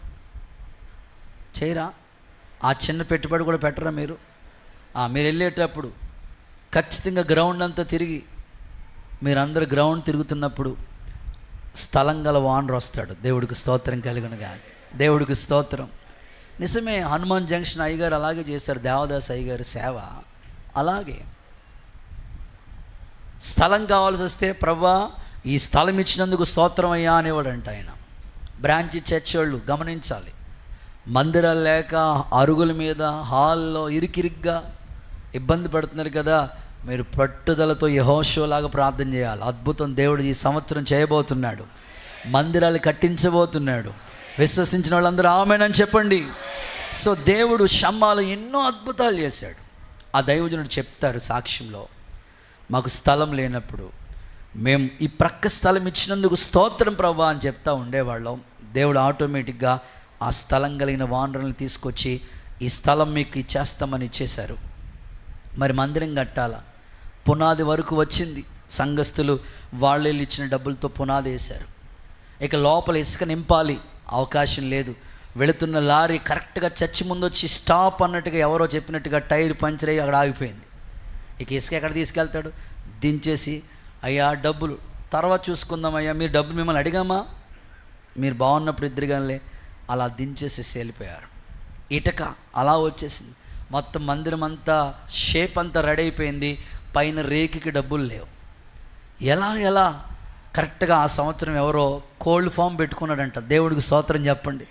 ఆ కోల్డ్ ఫామ్ పెట్టుకుంటే అప్పటికే దివాలా తీసేస్తుంది. భార్య అన్నదట్టు, ఎందుకయ్యా నువ్వు కోల్డ్ ఫామ్ పెట్టుకుని అప్పులు అయిపోతావు, ఎవరికైనా ఇచ్చేసి ఎవరు కొనుక్కుంటాడు, ఈ వాసన ఎవరు భరిస్తాడు, ఎవరు రావట్లేదు. సరే అనుకుని మొత్తం మీద అటు ఇటు తిరుగుతుంది. ఎవరు ఇక్కడ ఈ చర్చికి అయితే కరెక్ట్గా సరిపోద్ది అనుకుని ఆయనే వచ్చి, సార్ సేమ్ కొలతలు, సేమ్ డ్రెస్సులు, సేమ్ రేకులు, కొలతలు కరెక్ట్గా సెట్ అయిపోతాయండి, వచ్చేసి మీరు డబ్బులు ఎవరు అడిగారండి, మీరు తీసుకెళ్ళిపోండి, తర్వాత చూసుకుందాం.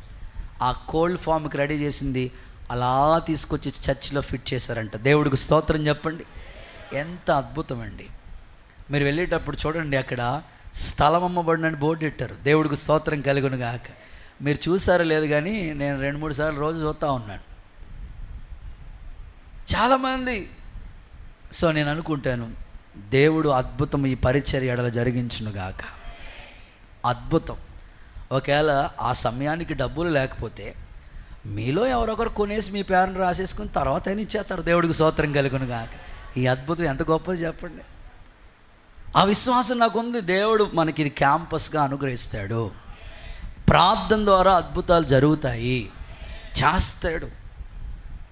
ఈ జనవరి నెలలోనే ఈ నెలాఖరుకి ఈ స్థలం రిజిస్ట్రేషన్ ఉంది.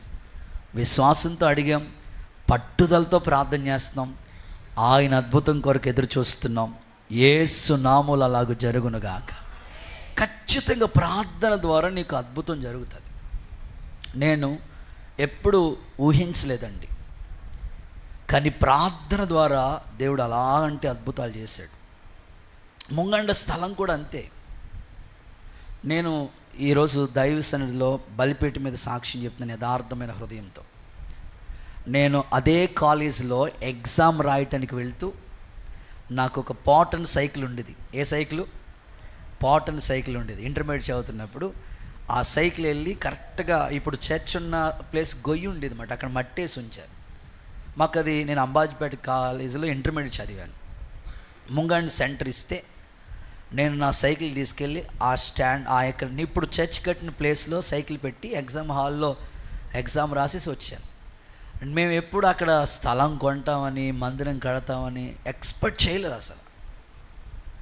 ఎంత అద్భుతం అంటే అది దేవుడు ఆ స్థలం గల యజమానికి ఆ మనసు ఇవ్వటం, 8 నెలలు టైం ఇవ్వటం, అవన్నీ చేసినవన్నీ మనం గుర్తు చేసుకుంటే మళ్ళా దేవుడు అద్భుతాలు చేస్తాడు. ఒకప్పుడు జరిగిపోయినవి అవి మర్చిపోకూడదు. పూర్వ దినాలు జ్ఞాపకం చేసుకోండి. 2024లో ఎన్నో చేశాడు, అవి ఒకసారి గుర్తు చేయ దేవుడికి. నీ పెళ్లి విషయంలో, నీ ఇల్లు విషయంలో, నీ పిల్లల విషయంలో, నీ వ్యాపార విషయంలో ఏం చేశాడో ఒకసారి దేవుడికి గుర్తు చేస్తా, ప్రార్థనలో జ్ఞాపకం చేయి. మరలా ఆయన అద్భుతాలు చేయటం మొదలు పెడతా ఉంటాడు. ఖచ్చితంగా చేస్తాడు. స్థలాల విషయంలో మనం ఎదురు చూస్తూ ఉన్నాం. ప్రార్థన ద్వారా అద్భుతాలు జరుగునుగాక. దేవుడు మందిరాలు స్థాపించునుగాక. మీ ఇండ్లలో కూడా ఎవరికైతే సొంత స్థలం గృహాలు లేవో ఈ సంవత్సరం దేవుడు వాళ్ళకి మంచి గృహాలు అనుగ్రహించునుగాక. ప్రార్థనలు అడుగు, ప్రార్థన పాయింట్స్ రాసుకో.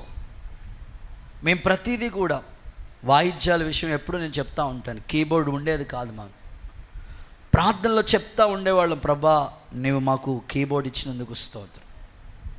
ప్రతి వస్తువు ప్రార్థన ద్వారా పొందుకున్నవే. కనుక మీ జీవితంలో లేదని బాధపడకండి. ప్రార్థన అనే ఆయుధాన్ని దేవుడు నీ చేతిలో పెట్టాడు.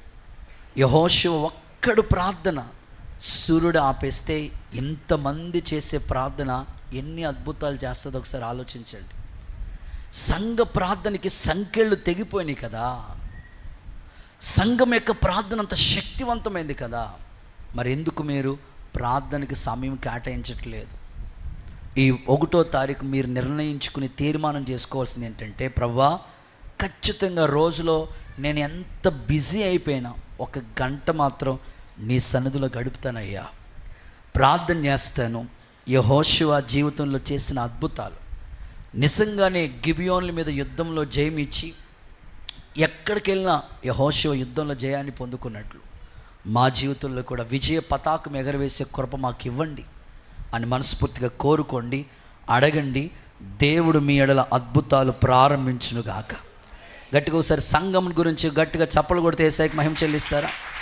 సో తప్పకుండా ప్రేయర్ లైఫ్లో ఆ అద్భుతాలు అనేవి దేవుడు ఖచ్చితంగా చేస్తాడండి. దేవుని లేఖనాల్లో ఒక సందర్భాన్ని మీకు జస్ట్ సంఘ ప్రార్థన గురించి ఒక్క మాట చదివించి వెంటనే ప్రార్థనలోకి వెళదాం. అపోస్తుల కార్యాల గ్రంథంలో మనందరికీ బాగా పరిచయమైన పేతురు మనకి బాగా పరిచయస్తుడు కదా, అతని గురించి ఆ మాటలు చదువుదాం.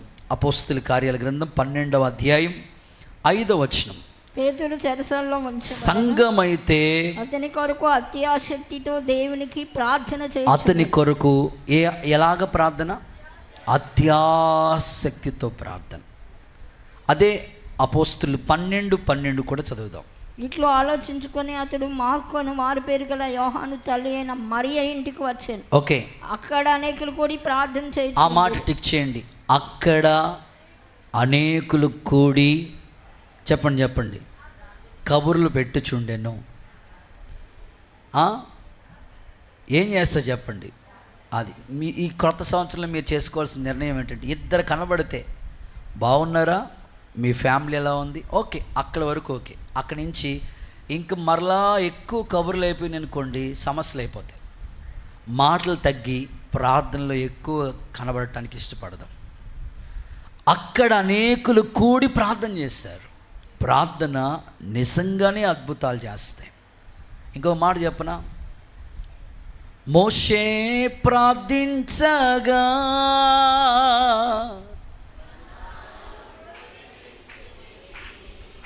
యెహోషువ ప్రార్థించగా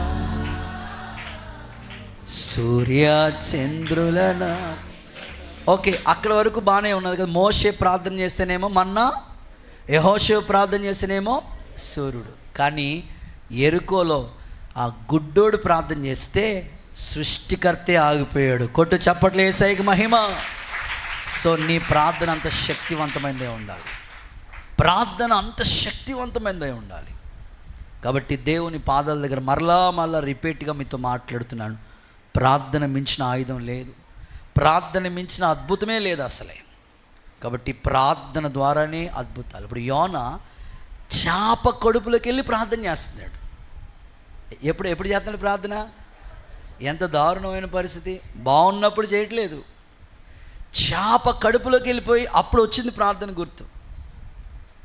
దేవుడు కనికర పూర్ణుడు కాబట్టి అద్భుతం చేశాడు. ఆయన ప్రకటన ద్వారా, ఆ ప్రార్థన శక్తి ద్వారా, సువార్త ద్వారా వేల మంది రక్షించబడ్డారు. ఈరోజు తీర్మానం చేద్దాం, దేవుడి మాటలన్నీ మన వెనుకల్లో దీవెనకరంగా మార్చునుగాక. తిరిగి నా పాఠం 7 మాటలు అప్పచెప్తేనే ప్రార్థన. చెప్పండి, నేను మీకు అద్భుతాలు చేసేదని. నా వైపు చూడండి, నోట్స్ వైపు చూడకండి. ఎవరి జీవితంలో దేవుడు అద్భుతాలు చేస్తాడు? నెంబర్ 1 పరిశుద్ధత. మీ పక్కలతో చెప్పండి, పరిశుద్ధంగా ఉండాలండి. గుడ్. నెంబర్ 2 పక్కలతో చెప్పండి, విశ్వాసం కలిగి ఉండు. నెంబర్ 3 పరిశుద్ధాత్మను పొందుకో అని చెప్పండి. నెంబర్ 4 దేవుని చిత్తం చేయి. నెంబర్ 5 దేవుణ్ణి ఆశ్రయి. నెంబర్ 6 సతాయించాలి, స్తుతించాలి. నెంబర్ 7 ప్రార్థన. ఇలాంటి వాళ్ళకి ఈ 2025 సంవత్సరం అద్భుతాలు చేసే సంవత్సరంగా మారి మిమ్మల్ని అందరిని జీవితంలో సాక్షులుగా నిలబెట్టునుగాక.